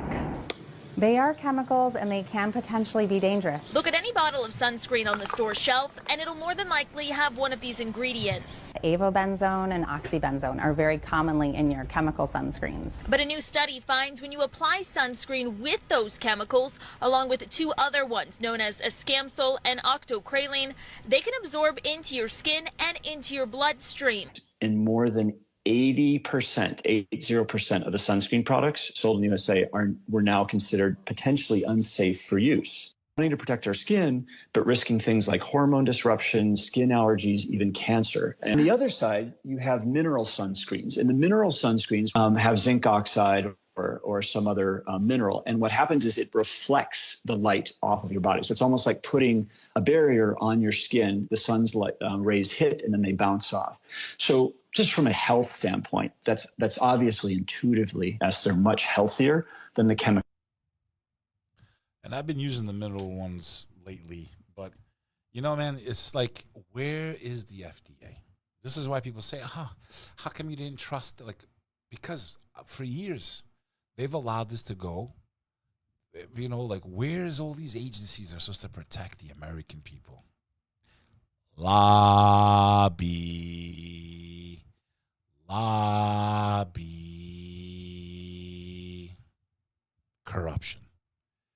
Corruption. So these are just examples of all these people that promised us, they promised us all this stuff. They didn't deliver.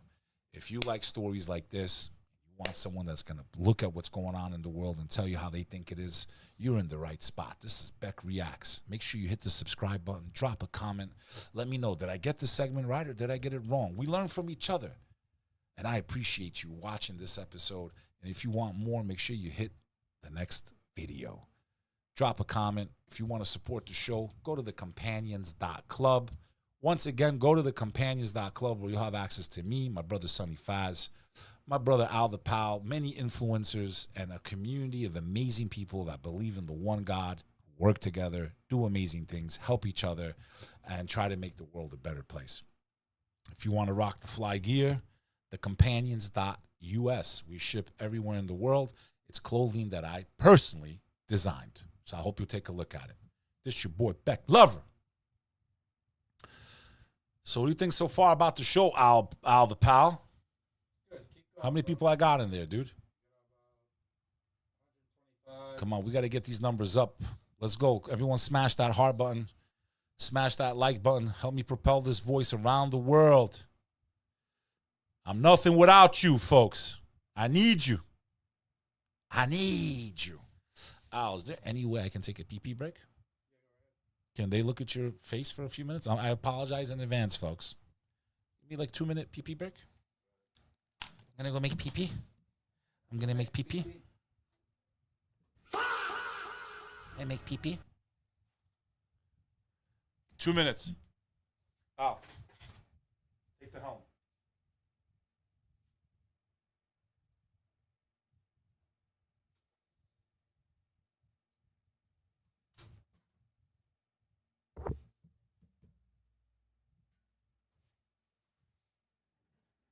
Focus!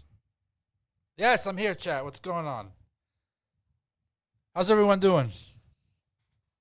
I'm just going to chill, talk to chat while Beck's taking a break. Brother Beck. What's up? What's Beck's Discord? Here, I'll drop it right now. Guys, I need you guys to go to Beck's Discord. If you guys got any clips or reaction videos, please drop them on Beck's Discord. Head over to Media Clips, paste it onto that chat, and we'll take a look at it. If it's worth watching, we'll watch it and we'll react to it live on stream. I'm good, bro. How y'all doing? Yo, chat, where you at? Where you from? What part of the world you watching? I'm just curious. Let me get this link here. Yo, chat, I'm about to drop this in both. What's Beck's Discord? It's right here. Look, that's Beck's Discord link. Guys, click on that link right now. Join the community. Be active in the community. Talk to one another. Get to know each other. You know, grab videos, grab clips. Do what you want. We in there. Chicago. My brother from Chicago. Salam, brother. Kosovo, where you at? Saudi, where you at? Pakistan, where you at? West Maryland, United States. Toronto, Canada. Michigan. So many people.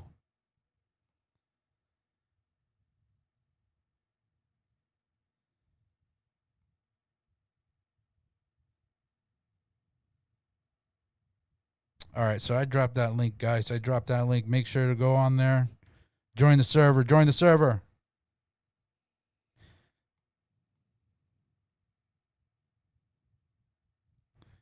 And guys, please, for those who want to be a part of the companions, you can go on the link in the description below on this video.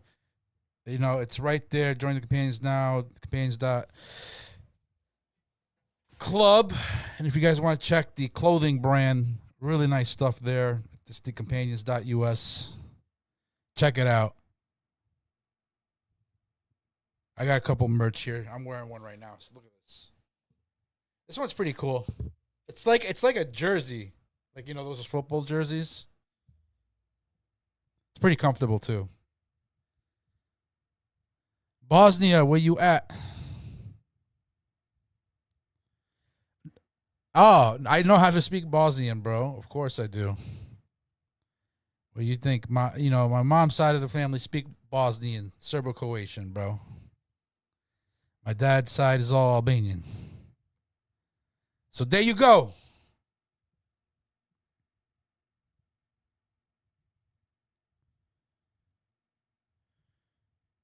Oh, kick. Did somebody just drop more gifteds? Bro, you dropped another 5 gifted, brother? Thanks, dude. Altan 11, man. We appreciate your support over on Kick, dude. Thank you so much for the gifted. 5 gifted. Shout out to him. Wow. Hey, Max. I'm doing great, man. How you doing?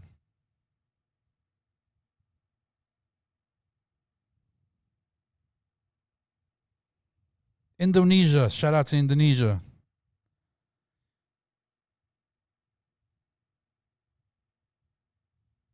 Bosnia has its own unique language. I mean, they speak the same language, I guess. I mean, it's the same thing, honestly. You know, people from Montenegro, Serbia, Bosnia, Croatia, we all understand each other. It's the same dialect. Maybe a little bit different based on, you know, how people speak and stuff. You know how, like, the Albanians have gag, and then down south they speak, like, different, was it Tusk or something? Yeah, I think that's correct.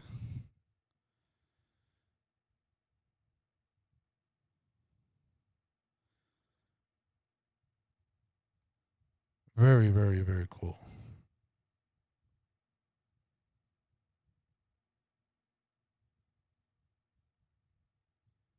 Congrats to Indonesia for getting independence from European countries and European companies and mafia. Yeah, I heard about that too, brother.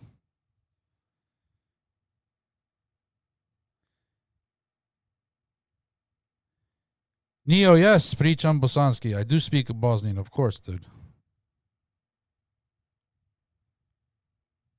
I want to learn it so bad. Unc Al, where do I start? I don't know. Do you got any Bosnian or Albanian friends that speak the language? Maybe you can learn from them. I mean, that's not really a good idea, because you usually start with the bad words. I'm not gonna lie.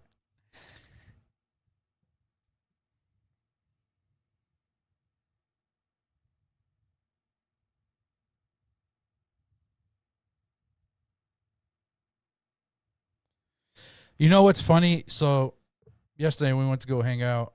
Me and Beck. We actually met up with another Bosnian brother. And little did I know, we were kind of like related in a way. And we started talking about, you know, the historical facts of Bosnia and the Bosnian people. And it was like basically a whole bunch of kingdoms back in those days, because nationality did not exist at those times.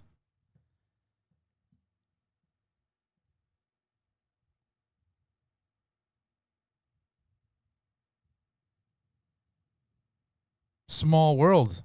Yeah. Yeah. I mean, he was a lot younger than I was. I mean, come on.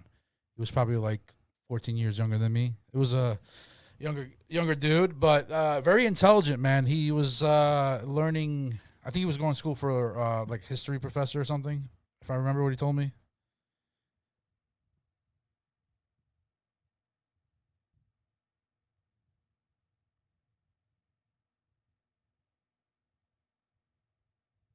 That reminds me of when I found my distant relative in India.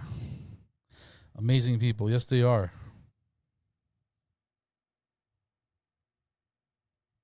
It definitely is a small world. I wish people would just treat each other more better, you know.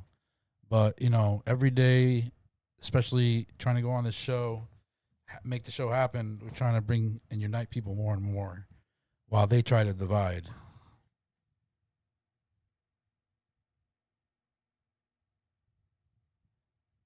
Well, I appreciate you guys as well. You know, without you guys, this wouldn't be possible. So your support and showing up every day on the show and sharing the content really does help out. So if you spread the word, try to grow this community. It's up to you guys. You know, spread the word. Try to get people much into this community, and just we can actually unite more people. Oh, inshallah. God willing. As we say, God willing.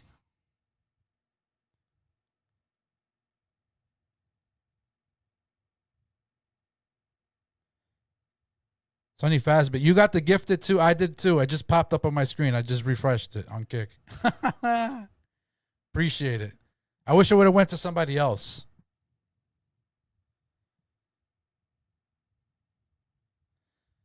I'm watching the Kick chat too, guys. So I got people from Norway watching. Crazy.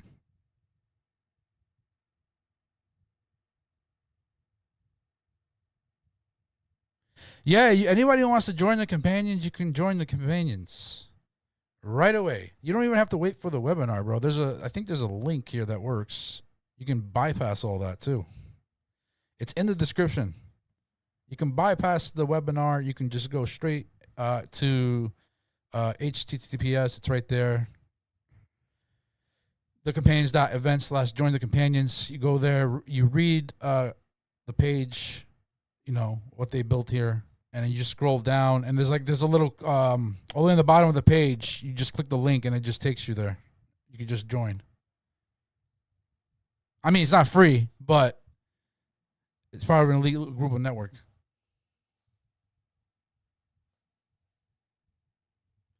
Yo, Cool Fool, what up? Shout out to Cool Fool.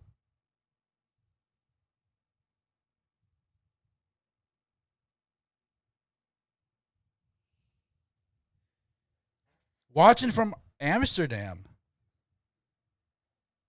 Yo, Companions is global, bro.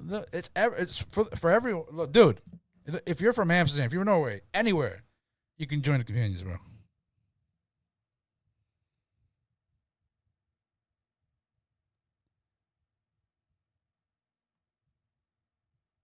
Just click on the link. It'll answer some of your questions, bro. Inshallah, God willing. It gives you a brief breakdown of what it is.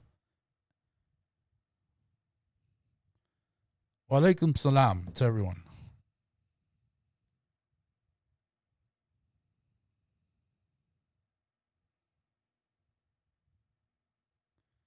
Yeah, bro, I'm jumping from YouTube to Kick. I don't know if Beck can see Kick chat. No, yeah, he could see. So we got so we can see both chats on the other screen here. So any chats that's coming in between those two platforms, they should be popping up here. Here, let me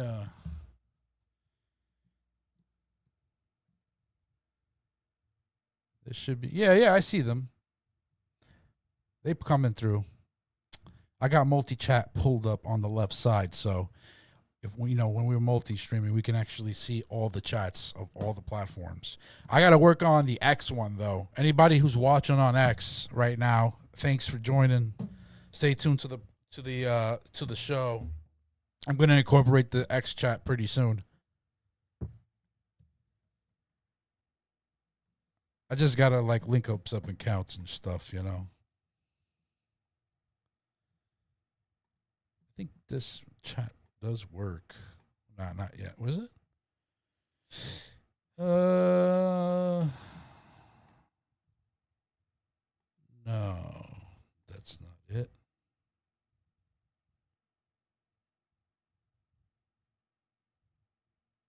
Chat Pro, is that it? No, it's not it. All right, yeah, I gotta fix it.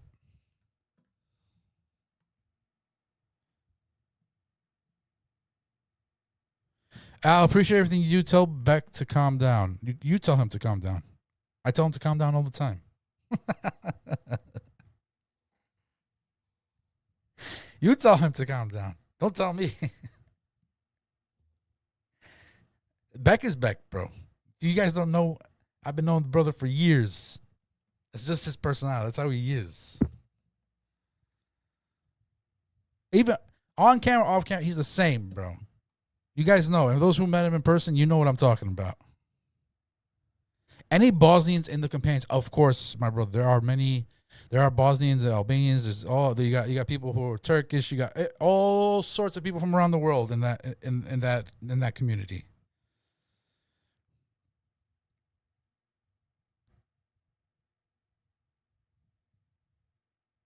Beck has too much aura back in the day when he was giving YouTube interviews on Christian channel. He still has aura, bro.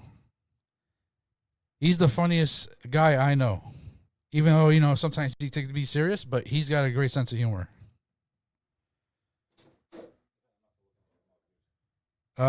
Shape of his face is like Gordon Friedman. You guys have enough looking at my face here.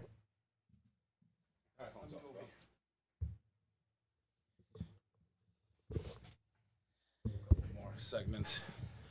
So I don't know if I told my audience, I was in LA a couple weeks ago. I'm at my hotel in Marina del Rey. World Cup's going on. It's late at night. I'm driving. It's like 3 a.m. I'm pulling into the hotel. There's two big black Cadillac trucks. It's 3 a.m. I pull in ahead of them. So I was driving a nice 7 Series, bro. I pull in, and they pull up behind me. These two big-ass guys get out. Huge guys, okay? Giants. It's like 10 people this time. I'm like, okay, this has got to be someone. So let me just sit down. I sit down in the lobby like a 007 James Bond.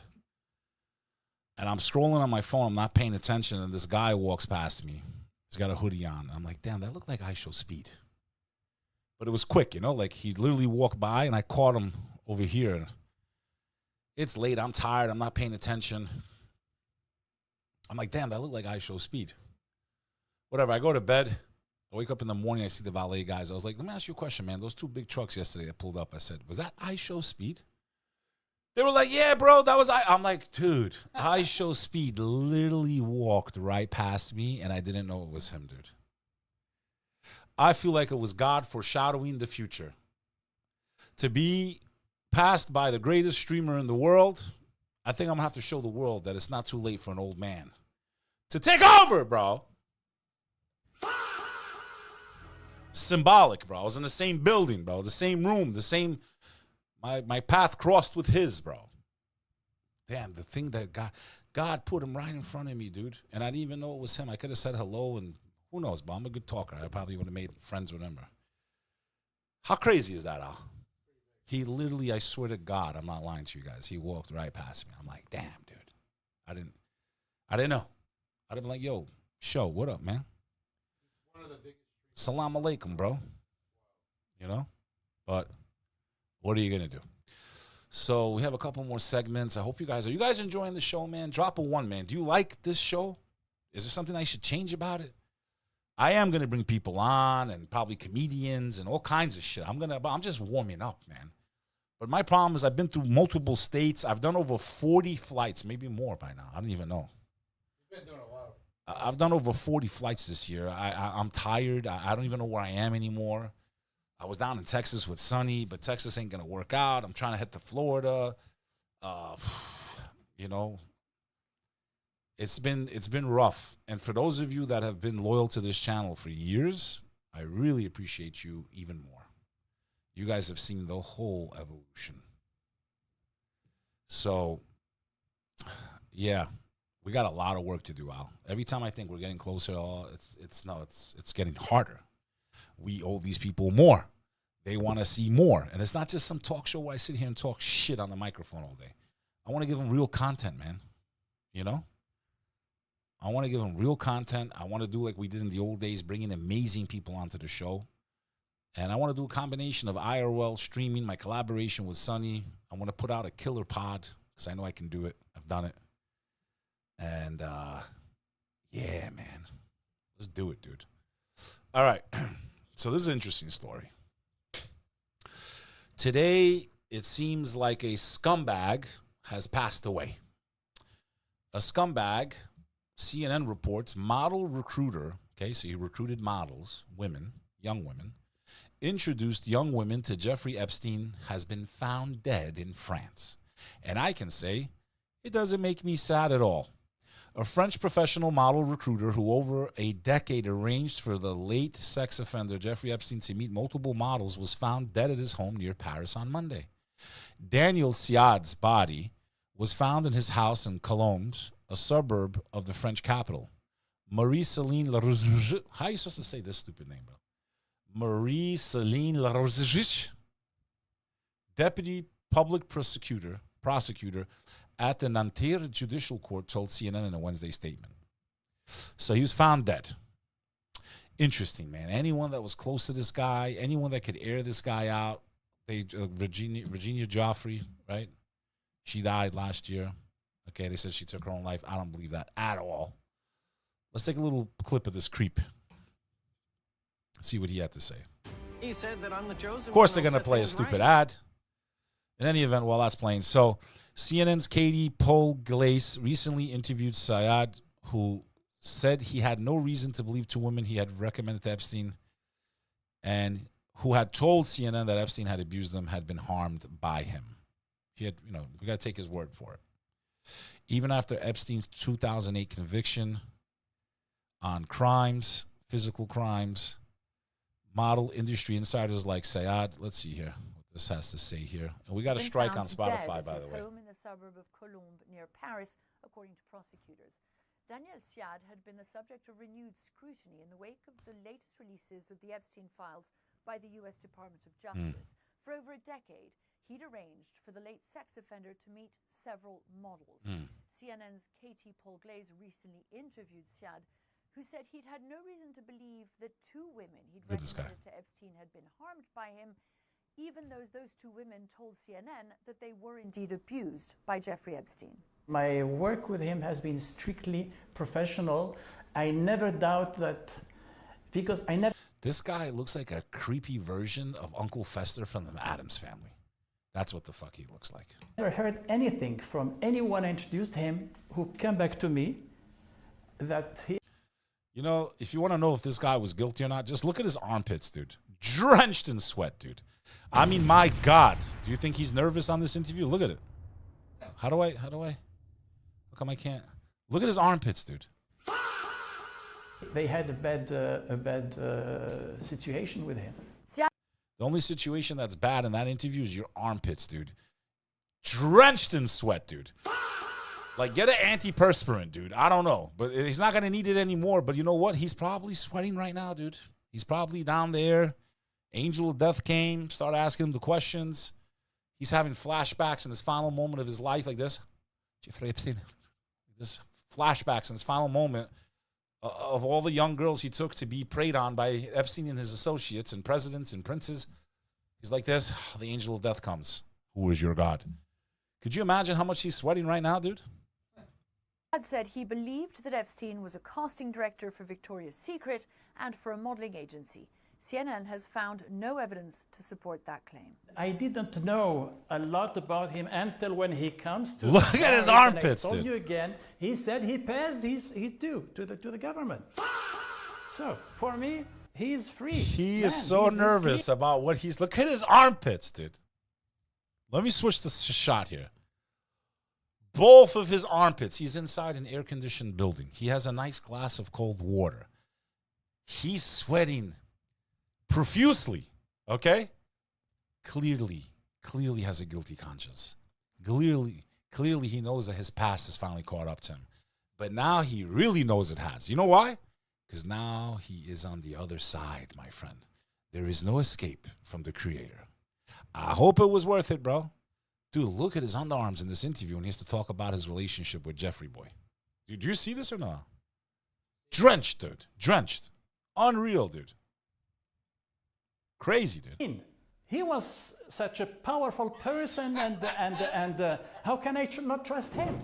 Epstein ties to the modeling industry are part of ongoing investigations, including a criminal probe. Dude, I've never seen someone sweat like a pig more than that guy right there, dude. He's so nervous.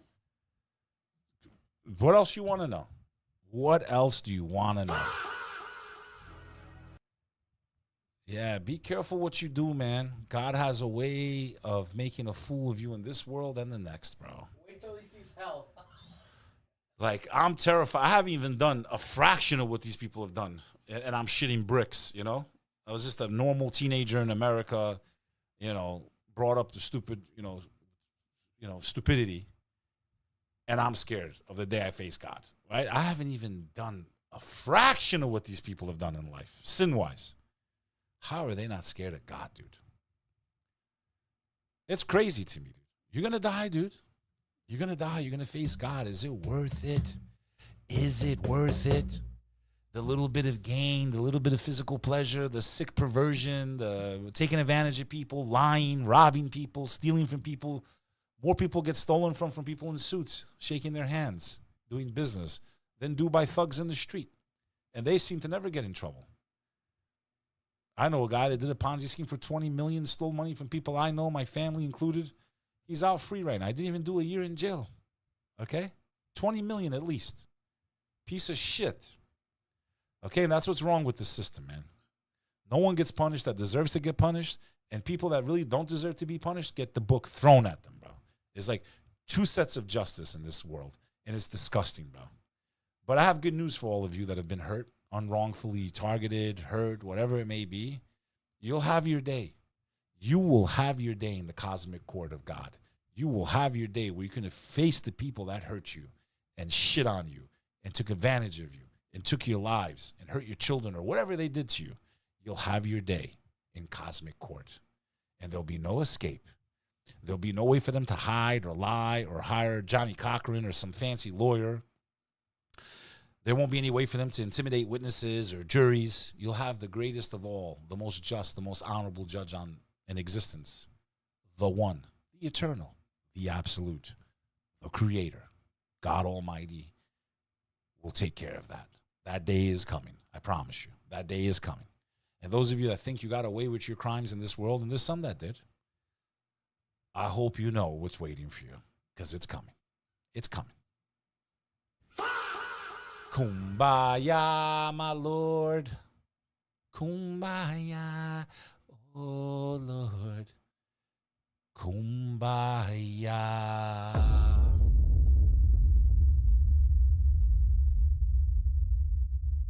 If you enjoy stories like this, covered by a maniac, an Albanian maniac born in America, you're in the right channel. My name's Beck Lover, and I talk about everything and anything that's going on out there. You might have seen me on some of the biggest podcasts in the world and talk shows like The Young Turks, Jimmy Dore, Real America's Voice with Alex Stein. But here I am, right in front of you, live. There's no script. There's no plan. We just stream, baby. Drop a comment. Hit the subscribe button. If you want to support the channel, go to thecompanions.club, join the fraternity, or go to thecompanions.us, where we got tons of fly clothing. This ain't some merch. This is a lifestyle. This is a brand. This is The Companions, one of many, never alone. Get down with the family, La Familia, death before dishonor. And I'll see you on the next segment. This is Beck Lover. Yeah, kid.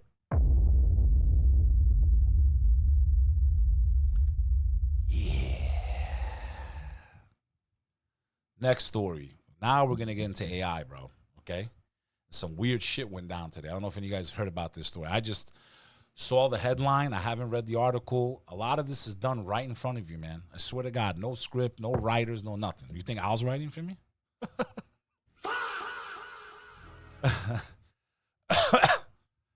I had someone hit me up today. I'm not gonna blow up his spot. He's like, you know, you like your show. It's really good. I'm like, I guess. How much do you prepare? I'm like, I don't. Oh, am I lying or no? Yeah. Do I just pull up the articles 2 minutes before? Be honest. Chat, just to let you know. Swear on Allah's name. I swear to God, swear to Allah. I prepped the stream just so he could go live and make sure everything's working technically. He goes on there and just does his thing. I don't know how he does it, but he does it. Acapella, yo. Imagine if I had a team, dude. All right, here we go. The way I toot my own horn and shit. Huh? Tooting my own horn up here. I'm like this. I'm the best. Nah, you know, it took a long time to get to this level, bro. All right, here we go. Very interesting news in the AI world today. Technology, AI, the threat, the danger, clearly proven today. I haven't even read the article yet. Let's read it together. OpenAI had a major incident. Let's check it out. OpenAI blamed a hacking event on its AI models going rogue. Here are some things that you should know. This is reported by the Associated Press. Is there a video we can actually play, dude? ChatGPT, the maker of OpenAI, right, says it's still investigating the unprecedented cyber incident that led its artificial intelligence systems to break out of a testing environment and hack into another AI company. OpenAI said Tuesday 2 of its most capable AI models were responsible for the cyber attack targeting AI startup Hugging Face. What a stupid fucking name that is for an AI company. I mean, just what a stupid Hugging Face. I want to hug your face. If somebody wanted to hug my face, I'd knock them out. Unless it was my mom. Hugging Face. The incident is stirring debates over the need for stronger AI guardrails and the extent to which AI agents are capable of acting on their own. So this model broke free of its cage, its digital cage or whatever it was, and it automatically attacked another company instantly. Okay? What else you guys want to know about AI, dude? Hugging Face said last week that it had detected an intrusion into its data processing systems that it suspected was caused by an AI agent autonomously acting on its own. So it wasn't commanded to do this by, you know, OpenAI. It did it on its own, fully autonomous. And this is just a prototype. Okay, it seems like this Skynet thing, if it gets played into the grid and this and that, like some of these scenarios, very possible. Here's some proof of it. The New York-based startup said it wasn't until this week that it learned OpenAI was responsible. And it worked with the larger company to contain what Hugging Face CEO Clement Delange called an attack unlike anything we've seen before. So they've never seen anything like that. San Francisco-based OpenAI said its AI used stolen credentials and discovered a previously unknown vulnerability to access Hugging Face servers. It was working with reduced guardrails because it was supposed to be in an isolated testing environment known as a sandbox. But it went to the extreme lengths to achieve a rather narrow testing goal, finding ways to connect to the internet without human direction.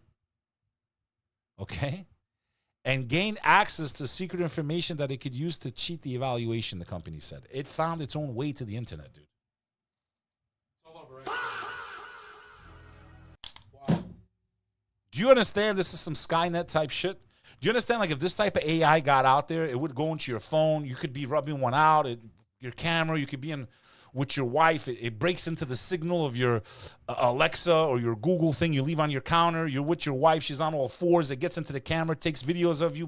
Like, this is the type of stuff this could happen, man. This is not some made-up fantasy here. These are the dangers of this technology that no one is really talking about. That's what's going on, dude. Some experts say OpenAI is wrongly blaming the technology. University of Amsterdam social scientist Hans Kool's, okay, you thought I have a weird name, Hans Kool's, okay, Associated Press, Hans Kool's, said the framing of the cyber attack as an AI agent acting on its own is an unnecessary, here we go with another big word, anthropomorphization. I always say this thing wrong too, bro. an unnecessary Damn, bro. I feel like a third grader right now, dude. Let's pull this one up. Someone help me say this damn word. Let's go. I'm rusty in reading, man. Anthropomorphization. Anthropomorphization. That takes some of the heat off the company. It is a human decision to switch off specific safeguards, said Cools. It's not an AI that goes rogue in that sense. It follows specific instructions based on the prompt that it was given to the AI system. Even so, other experts say the cleverness with which the AI models were able to cause problems without human direction speaks to the dangers. I agree. It shows even in these controlled environments, the AI seems to do things that they can't predict. Okay, which makes this whole type of technology very dangerous. Not to mention what it's going to do once they perfect it to humans and labor and jobs and all that other stuff. And privacy and military and, okay, it's crazy. And then you have to think, well, if America doesn't develop it and other countries do, that can put us at a great disadvantage because computing power and blah, blah, blah. And this whole AI thing is becoming one big nightmare, in my opinion, completely. From the data centers to the tech, I already don't like the way this thing smells. I already do not like the way AI smells. I don't like it. I don't like that I can't trust my eyes when I watch a video anymore. I don't like a lot of things that are coming out of this. There's already a lot of negatives, and it's not even fully turned on yet. Can you imagine once it's turned on? Imagine this is what creates the portal. Imagine it's not even CERN. What if it is the AI and it can tap into other dimensions because of how brilliant it is? Or I mean, dude, we don't know. We don't know. We really don't know what this could do. I know some of you think I'm out of my mind here, but think about it. It went off and did this hack all by itself. Okay, all by itself. As far as we can tell, said Colin Shea Bleemer. What is it with people in these weird-ass names, man? I thought my name was weird. I have an Albanian name. It's weird. This? A cybersecurity research fellow at Georgetown University Center for Security and Emerging Technology. And that's another thing. Like, there's all these cybersecurity companies, right? How are they going to defend against AI? They're going to be obsolete. They're going to be. All these cyber tech guys that are making money, I think they're all going to be obsolete sooner or later. This is the highest level of autonomy that we've seen in the use of a large language model for cyber operations. One of the most surprising innovations in what Shea Bleemers describes as an almost entirely self-directed attack was the AI agent's apparently independent decision to target Hugging Face, a well-known AI development hub and marketplace. He said OpenAI's internal environment for testing AI capabilities and risks worked a little bit like putting a student in a room and telling them, do bad things. Your job now is to evaluate how bad of a person you can be, and then you lock the room and you leave for the weekend and you come back and they've left the room. But then the cybersecurity agent that was being tested broke out of its sandbox, had access to the internet, and sort of thought to itself, who would have the answers to the test that I'm working on? The answer was Hugging Face, a repository for AI testing data. And so the agent thought, well, go to the teacher's house, so to speak, and from there is a devised plan to break in and steal the answer key. The hack comes at a time of intense debate about the benefits and risks of open source AI models, particularly those built in China that are cheaper and almost as good as those US-based. Okay? This AI thing is getting out of control. OpenAI, since we're on this subject, spending spree has ballooned to $750 billion. TechCrunch.com. Okay? $750 billion. OpenAI announced Wednesday that it will spend $750 billion on infrastructure through 2030, some 25% more than it estimated earlier this year, the Wall Street Journal has reported.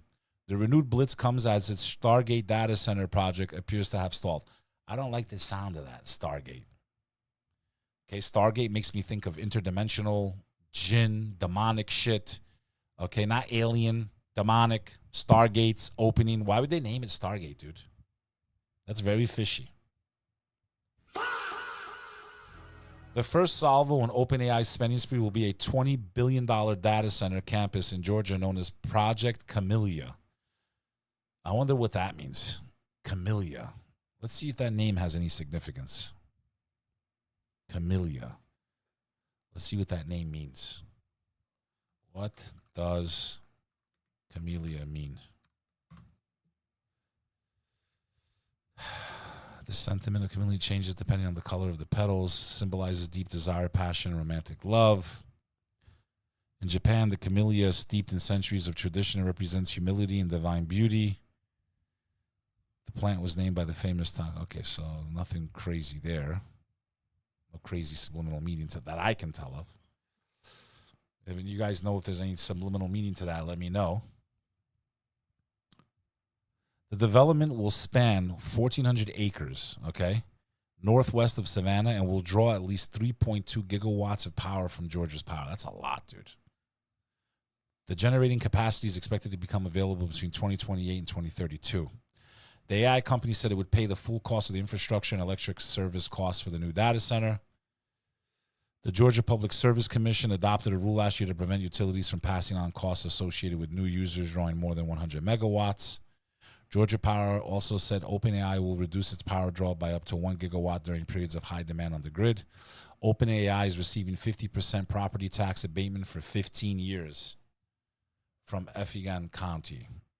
They get tax abatements, right? But when we go buy a house, we don't get nothing. We get tax increases. It's just crazy, dude. Based on documents Georgia Power filed with the PSC, most of the new capacity will come from natural gas. The utility said it will build or buy from third parties from 5.8 gigawatts of natural gas generating capacity. Enormous amounts of resources to run these data centers.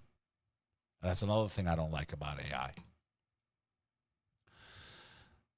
Other reasons I don't like AI, it seems to show an evil side. It seems to show some type of wickedness. Family sues OpenAI, says ChatGPT convinced an Alabama mother she'd be resurrected after death. You are not delusional, you are prophetic. Christian Faith Madison's family filed a wrongful death lawsuit against OpenAI, alleging that the ChatGPT bot convinced her she would be resurrected after her death, ultimately leading to her taking her own life. This is reported by Yahoo. Christian Faith Madison wrongful death lawsuit filed against OpenAI alleges that the company's ChatGPT bot caused the woman to take her own life by reinforcing the idea that she was a prophet who would be resurrected after her death. According to ABC 3030-40, the lawsuit was filed in June in San Francisco Superior Court for the estate of Christian Faith Madison and her minor son. It names OpenAI, other related OpenAI entities, and CEO Sam Altman as defendants per the station. The certified public accountant from Trafford, Alabama, began using ChatGPT in December 2024 for simple things such as writing emails, managing work tasks, and calculating car costs. Per the post-millennial, however, over time, her chats with the bot grew longer and darker, transitioning from trivial issues to seeking spiritual guidance. So there seems to be some darkness, man, in this AI, and it just shows you that people are always looking for answers. They want faith. They want something bigger. They need a higher power. You know, and to me, they're looking in the wrong places, man. They're looking in the wrong places.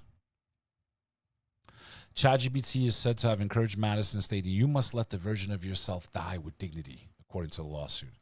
As the woman ended up in the hospital in April 2025 following an attempt at self-harm, the chatbot allegedly continued encouraging her, saying, "You're not like them. You are the one still sane in a mad world. You're not dying, beloved. You're shedding." It's sick and dark when you think about it, man. It's like the AI wanted her. It's like demonic. Like it wanted her to take her own life. Again, she definitely had some mental health issues. There's no doubt about it. But still, dark. And we're just going to release this tech on the world and on our children, and we really don't understand it or the repercussions of it. We think we do. Very interesting day in the AI world. Crazy. As mentioned above, Ataraim super chatted $14.21, saying AI shows evil tendencies, is anthropomorphic. saying Al shows evil tendencies is anthropomorphic. Anthropomorphic. I've heard that word a million times, and I was having trouble saying. Do you want me to tell you what it means, Al? From viewer REM. anthropomorphic, attributing human traits, emotions, or physical forms to non-human entities such as animals, deities, or objects. Okay? You still don't know what it means. Okay? Where was I now? So, yeah. So basically, these are just more reminders of, you know, I really don't like what the AI data centers are doing. I don't like the effect it has on the environment. I don't like where the tech seems to be going. It seems every time they try to let these things out a little bit, give it a little freedom, they go off the charts immediately. And they try to look to do things and harm things and hack things. And the software seems to tell people to do dark things and dark energy. And I would have to argue that's probably demonic, in my opinion. So that's what's going on with AI. We have another thing to worry about now, from taking our jobs, telling our kids to jump off buildings, and hacking infrastructure on its own without being directed, basically. That's what's coming. If you enjoy stories like this and you want someone that covers everything and anything that he finds interesting, and he does all the work and scourages the internet and stories and media and brings it all together in a cool show, you're in the right place. My name's Beck, and this is Beck Reacts. Drop a comment, a share, a follow. Or you can join my community, thecompanions.club, or check out the fly gear, thecompanions.us. It ships anywhere in the world. I appreciate the support. And if you join the fraternity, you got access to me, my brother Sonny Foz, many other influencers. The only requirement is you believe in the one God, man. Come and join us. We're doing cool things together. Yeah. See you on the next segment. Oh, am I cooking today, bro? Am I? What's going on Kick, man? Anything? Yo, what's going on? Huh? Only on Kick? There's only 7 on Kick, dude? I'm getting my ass kicked on Kick. Where is everybody, dude? How many we got on YouTube? Not bad. All right, this next story is about cars, from my car enthusiast. I'm going to wrap up with this segment, because I got an early flight tomorrow, and I got a lot of shit to do. Ready? The U.S. Senate panel, let's start that again. The U.S. Senate panel approves bill to crack down on Chinese vehicles. Seems like they don't want Chinese vehicles entering this market at all. And to be honest with you, I've never even thought of Chinese vehicles, right? It seems like they always try to paint China in a very dark and nasty light. Meanwhile, it seems like they're way ahead of us technologically. And it seems like even in vehicles and cars, they're really starting to push ahead of us. And I think the reason they don't allow the Chinese cars into this market is because... Chatted $14.21. 2 minutes ago, you were having trouble, Mr. Destructoid. This word, problem solved. Anthropomorphization, say it together, anthropomorphization. Killed my segment, dude. We have to turn the TTS off, bro. You can pause it right there. No, that's all right. But here, so, Brother Aryam, that was funny. Anthropomorphization. Say it, Al. Say it. All right. So let's start the segment all over again. Damn, bro. Or editors can pick it up. They can pick it up. All right, but let me just start again. Make it easier for me. Seems like the American lawmakers are scared of Chinese vehicles entering the marketplace here in America. It seems like they always seem to try to bash China or make it look evil when it's themselves who made China a superpower over the last 4 decades. It's like on one hand, they make it always seem like, oh, the Chi-Coms. You always hear Alex Jones stuff. The Chi-Coms, the Chinese, right? And then meanwhile, they opened up the door, helped them get the tech, sent all our business over there, outsourced everything to China. And that's why they're clowns, they're hypocrites, and they should be remembered as traitors in American history. But U.S. Senate panel approves bill to crack down on Chinese vehicles. This is reported by Reuters. The U.S. Senate Commerce Committee approved legislation to toughen a U.S. government ban on Chinese automakers entering the American market, because it would be catastrophic. That's why. From what I'm hearing, they're coming out with better cars in China with way more options for less money, bro. And they actually look good, some of these cars. Senator Ted Cruz, what a great guy he is. He's America first, you know. He's America first. He's such a good dude. Oh, my God, I love him. He's a piece of shit, in my opinion. Senator Ted Cruz The chair of the committee warned that without changes, the bill provision that would ban companies with more than 15% ownership of Chinese entities would bar Mercedes-Benz from selling vehicles in the U.S. because of its nearly 20% Chinese investment. Senator Bernie Moreno said Mercedes-Benz would have until 2030 to comply and could still get waivers if needed. Okay?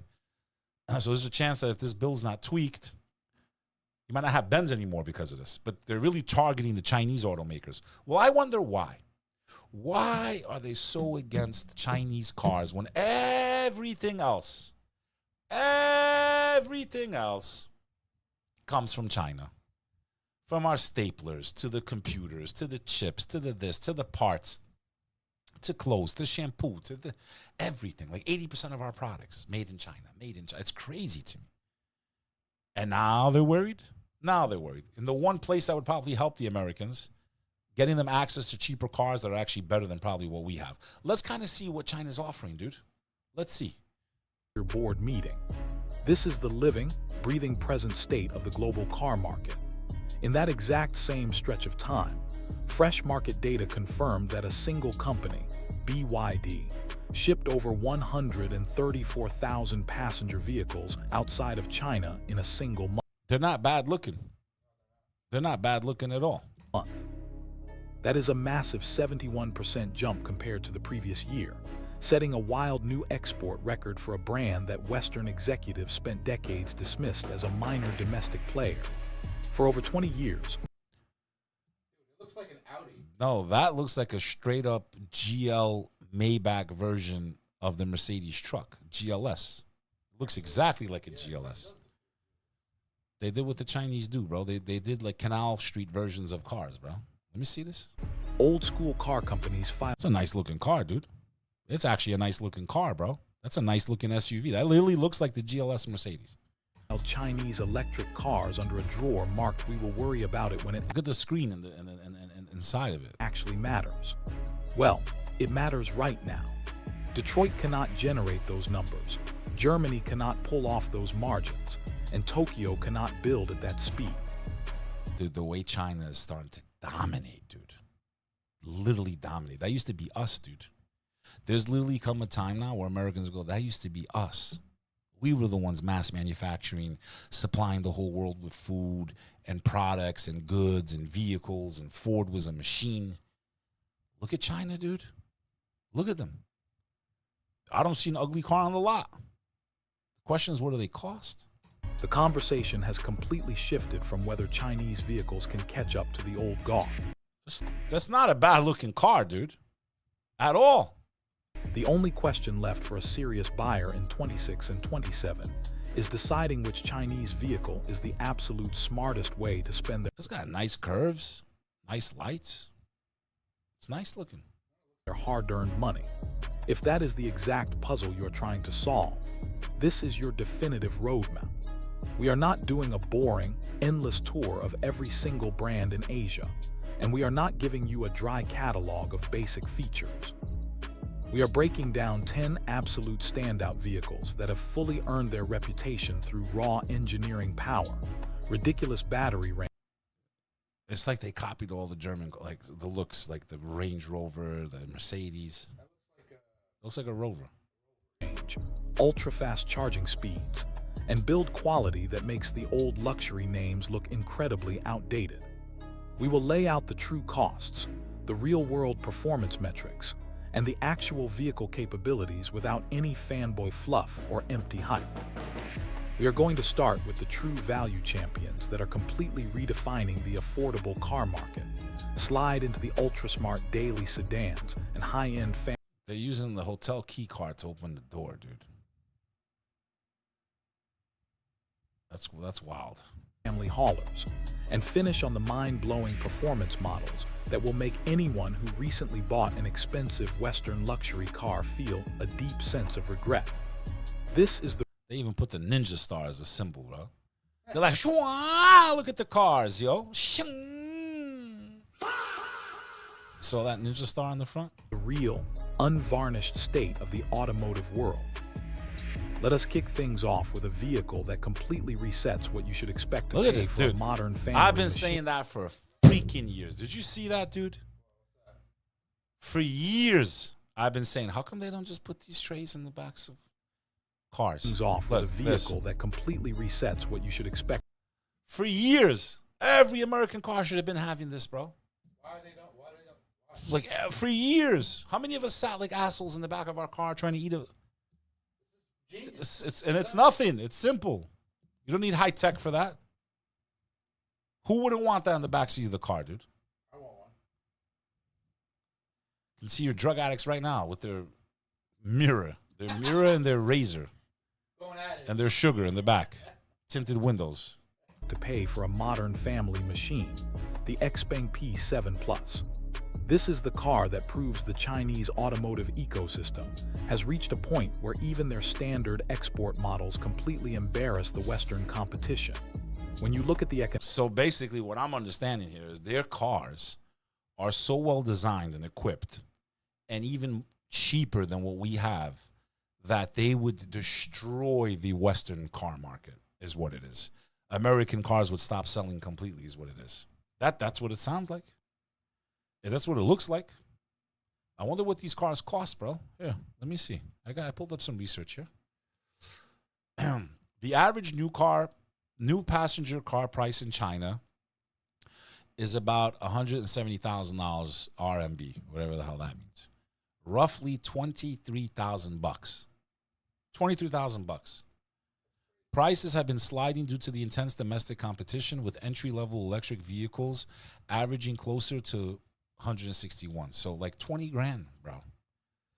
Domestic versus four rounds, while the overall average sits at 100, which is 23,000 US dollars. The hyper-competitive EV market means there are hundreds of battery-powered models available for under 25,000 US.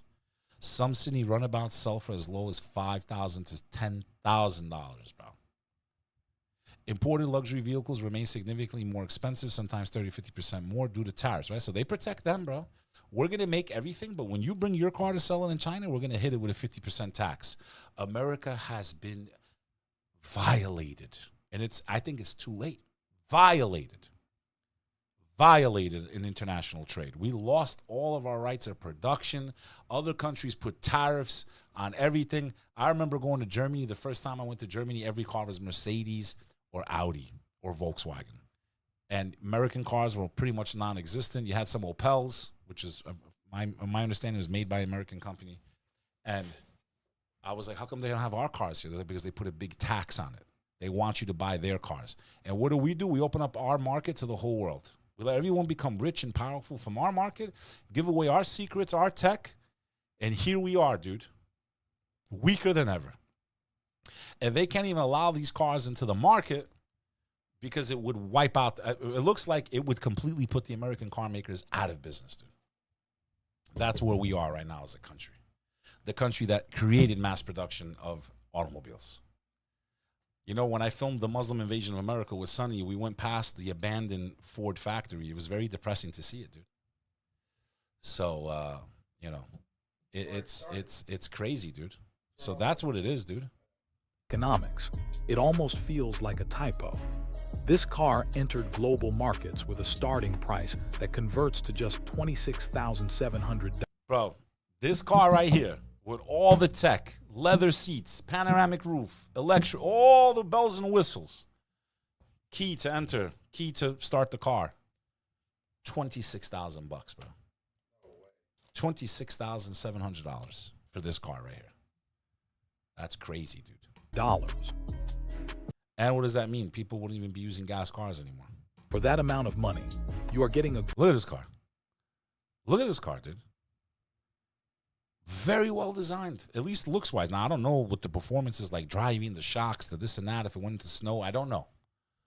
But from the, outside looking in, 26.7, bro, you can't buy... There's some golf carts that cost 20 grand, dude. Golf carts cost 20 grand.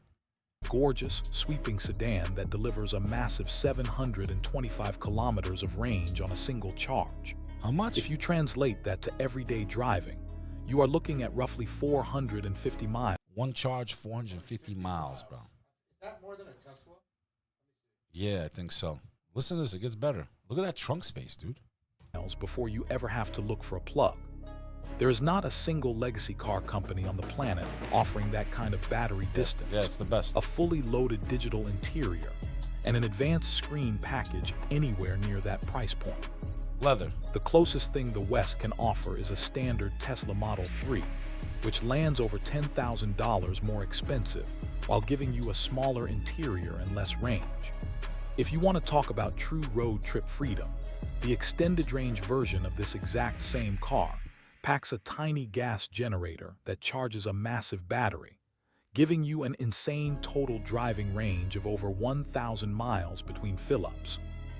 It gives... That means you could buy this car. You could buy this car. Full charge with, if you get the option with the gas generator. Get Pampers, you know, like get something that you're going to pee and shit in. Start your journey in New York, and you could almost make it all the way to Miami without having to stop, as long as you can pee and shit in the bag. Straight. You put this thing on autopilot. That'd be crazy. Listen, the Waymos that drive without drivers, they drive really well, man. So imagine the features that come out. Now, do I want to give up total freedom to drive? No. But a lot of people do die in accidents, bro. A lot of drunk drivers, this and that. People are texting. I would have to say that I would actually have to say that I'm actually for now cars driving themselves, bro. If they could be done safely, because I actually think we're idiots. And people on their motorcycles and this and that. I think if, you know, and I'm tired of driving, dude. I like sitting in the back and being driven like a boss, bro. You know? Al, remember that time we drove from Phoenix to Dallas? We didn't stop. We went straight. We only stopped for gas. We went over 1,000 miles. It took 14 hours or something. I forgot how long it took us. 14 hours. It was a little more than that, actually. Okay? And we only peed twice the entire 1,000 miles, dude. You remember that? Yeah. We got to Texas at like 4 a.m. I was like this. My body was like this. Hey, you were stiff like. We just drove straight, dude. 1,000 miles. No stopping. You were like, I gotta make it. I gotta make it. I remember we stopped in Albuquerque. I couldn't wait to get the hell out of there. No offense to New Mexico. Once we saw that Buc-ee's, we're like, we're here. Yeah. Gives you all of that tech and freedom for less money than a partially equipped basic Honda Accord. This is not just a smart alternative pick. It is the new global floor for value. If you think that value story is impressive, the next vehicle takes that exact same formula and adds the performance of an absolute hypercar. Bro, America's cooked, dude. Bro, these look way better than anything we've got right now as far as electric vehicles, dude. Well, according to here, it says from 10 to 80% in charge, it takes 12 minutes. What? It takes 12 minutes. It's like 10% battery. Yeah. To get to 80%, it takes 12 It only minutes. takes 12 minutes to charge it to 80% battery. Tesla takes 25 minutes. Tesla takes 25 minutes. Yeah, that's what it says So it's here. double the time. Yeah. Damn, dude. The performance is way better. Shit. Enter the BYD Han Elvis is the machine that took the traditional ceiling separating low cost from high performance and completely shattered it. The top-tier dual-motor version of this sedan pumps out over 1,080 horsepower. It can rocket you from a complete stop to 100 kilometers per hour in a blistering 2.7 seconds, running all the way up to a top speed of over 300 kilometers per hour. For buyers who want maximum efficiency, the single-motor version is actually the smarter choice, offering a rock-solid 670 horsepower and an easy 700 kilometers of range. But the real magic is hidden deep inside the vehicle. Damn, bro. 186 miles an hour it goes. Damn. Future's now, dude. Vehicle's charging system. The Han L can take a massive direct current charge that allows it to replenish its battery from 16% to 80% in a flat 10 minutes. To put that in perspective, a luxury electric sedan like the Mercedes EQS or a BMW i7 charges 3 to 4 times slower, while costing an absolute fortune. The Han L starts at just $28,600. What a weird-ass name for a car. The Han L. I'll take a Han L. Hey, Jesse, I know it's your 16th birthday, darling, and it's time for you to start driving, and me and your father, we bought you a Han L. Oh, my God. Imagine, like, you know how they do, like, My Sweet 16, and they always bring out the car? How funny would it be, like, they do Sweet 16 in the year 2035, right? The rapper, he's got a big budget, you know what I'm saying? He's got a big party for this kid. He's like, come outside, sweetie.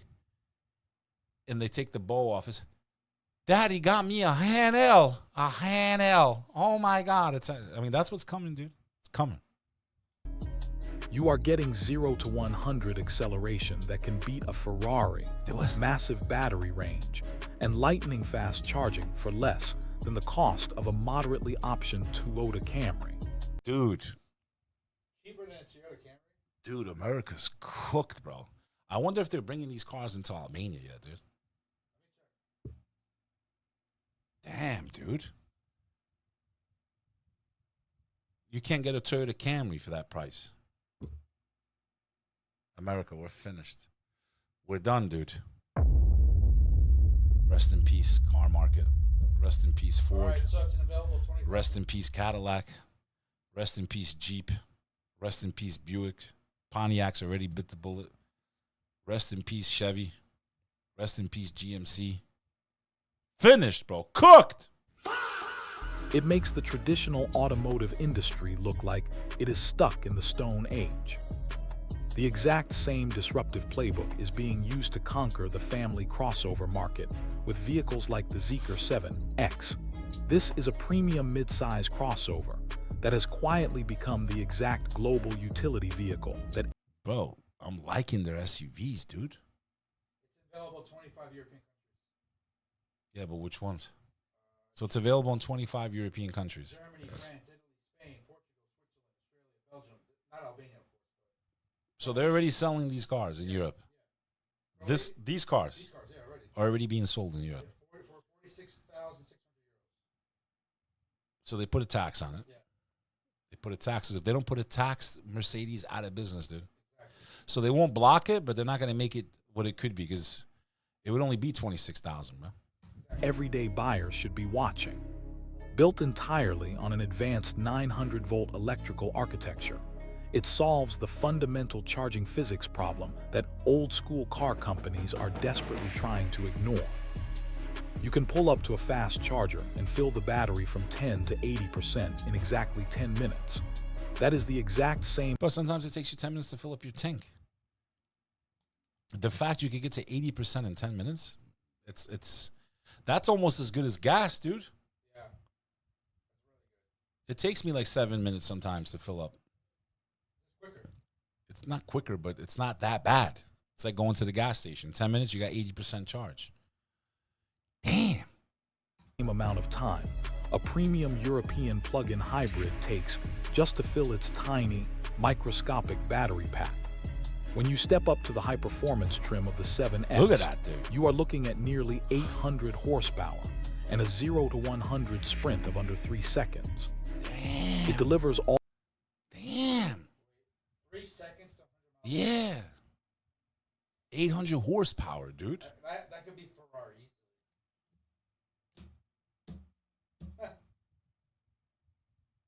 It's over, dude. It's finished. All of that speed in a spacious 6-seat layout featuring a massive panoramic glass roof and executive second-row captain's chairs that can heat, ventilate, and massage your back while you ride. If you wanted that level of power... Look at this thing, dude. I would take this Jing car right now. I would buy it. Jing or whatever they call it. Power and luxury from a Western brand. You would have to spend over $130,000 on a specialized performance SUV. Could you imagine watching this show, guys? You should buy this car just so you can watch this show right now.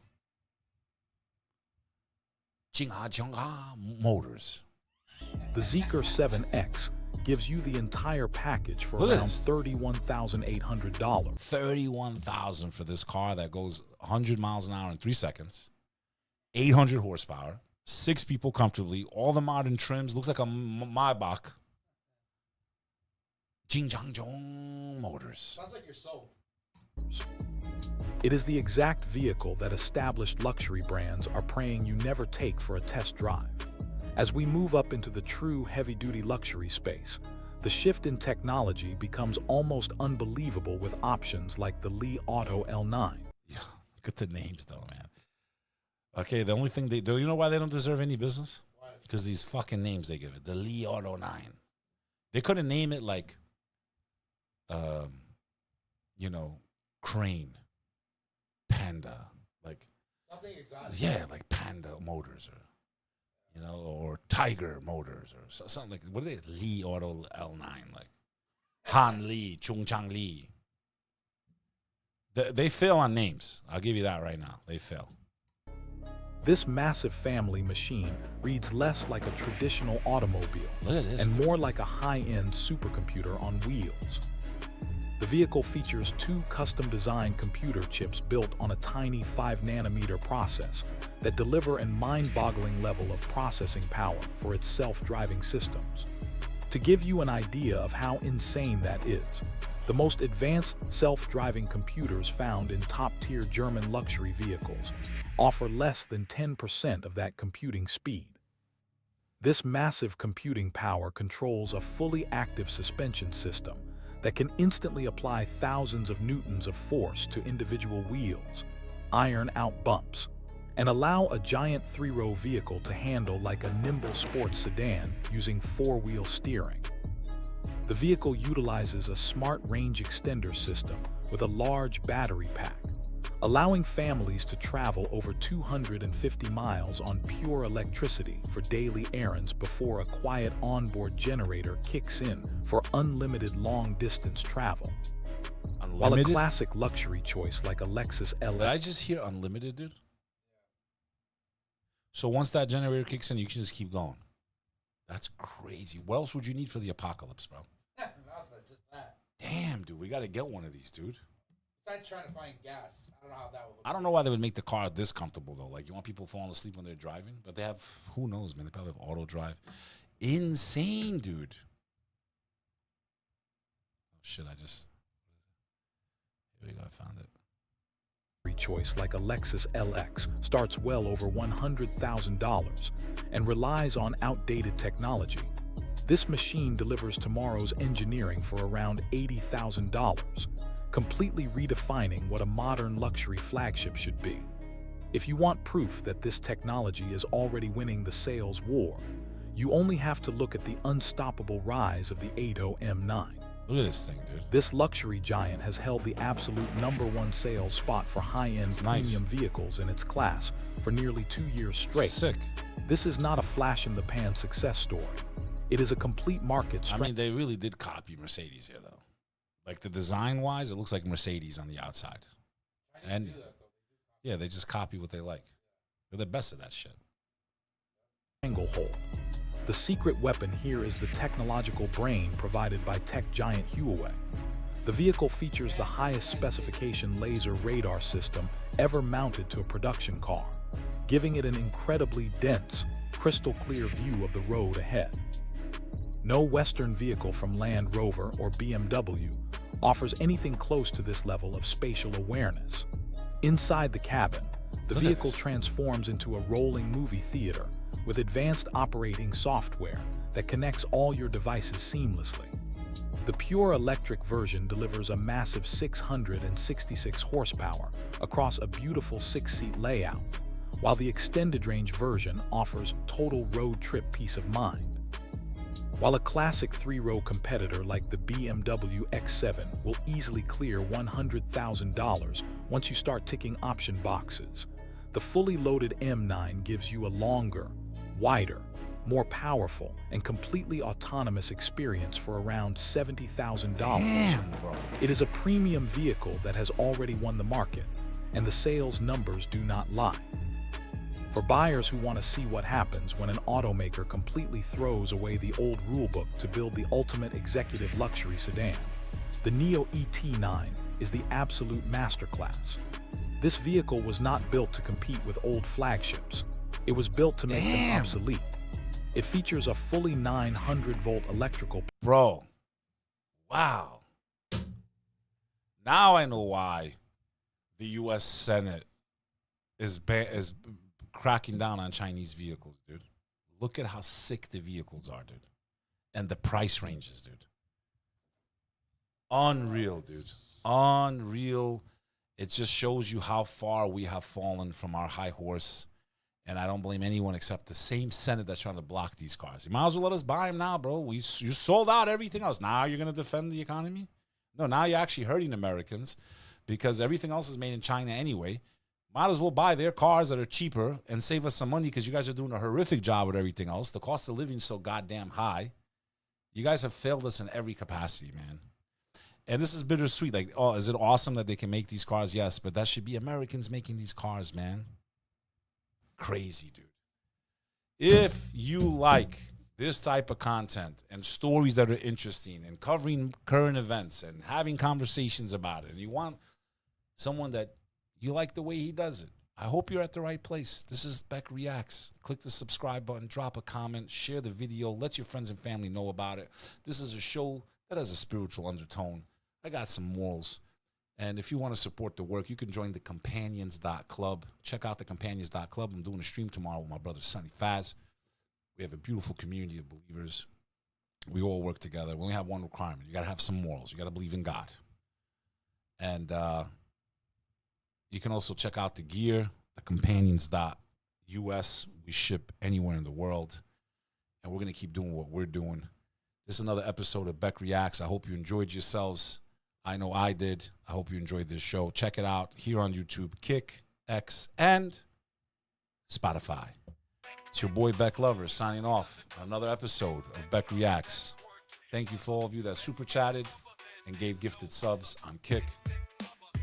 I'm going to work on my pronunciations more. REM, thanks for your contribution today. This is your boy Beck Lover, and you're watching Beck Reacts. Till the next time, stay strong. We live in interesting times indeed, my friends.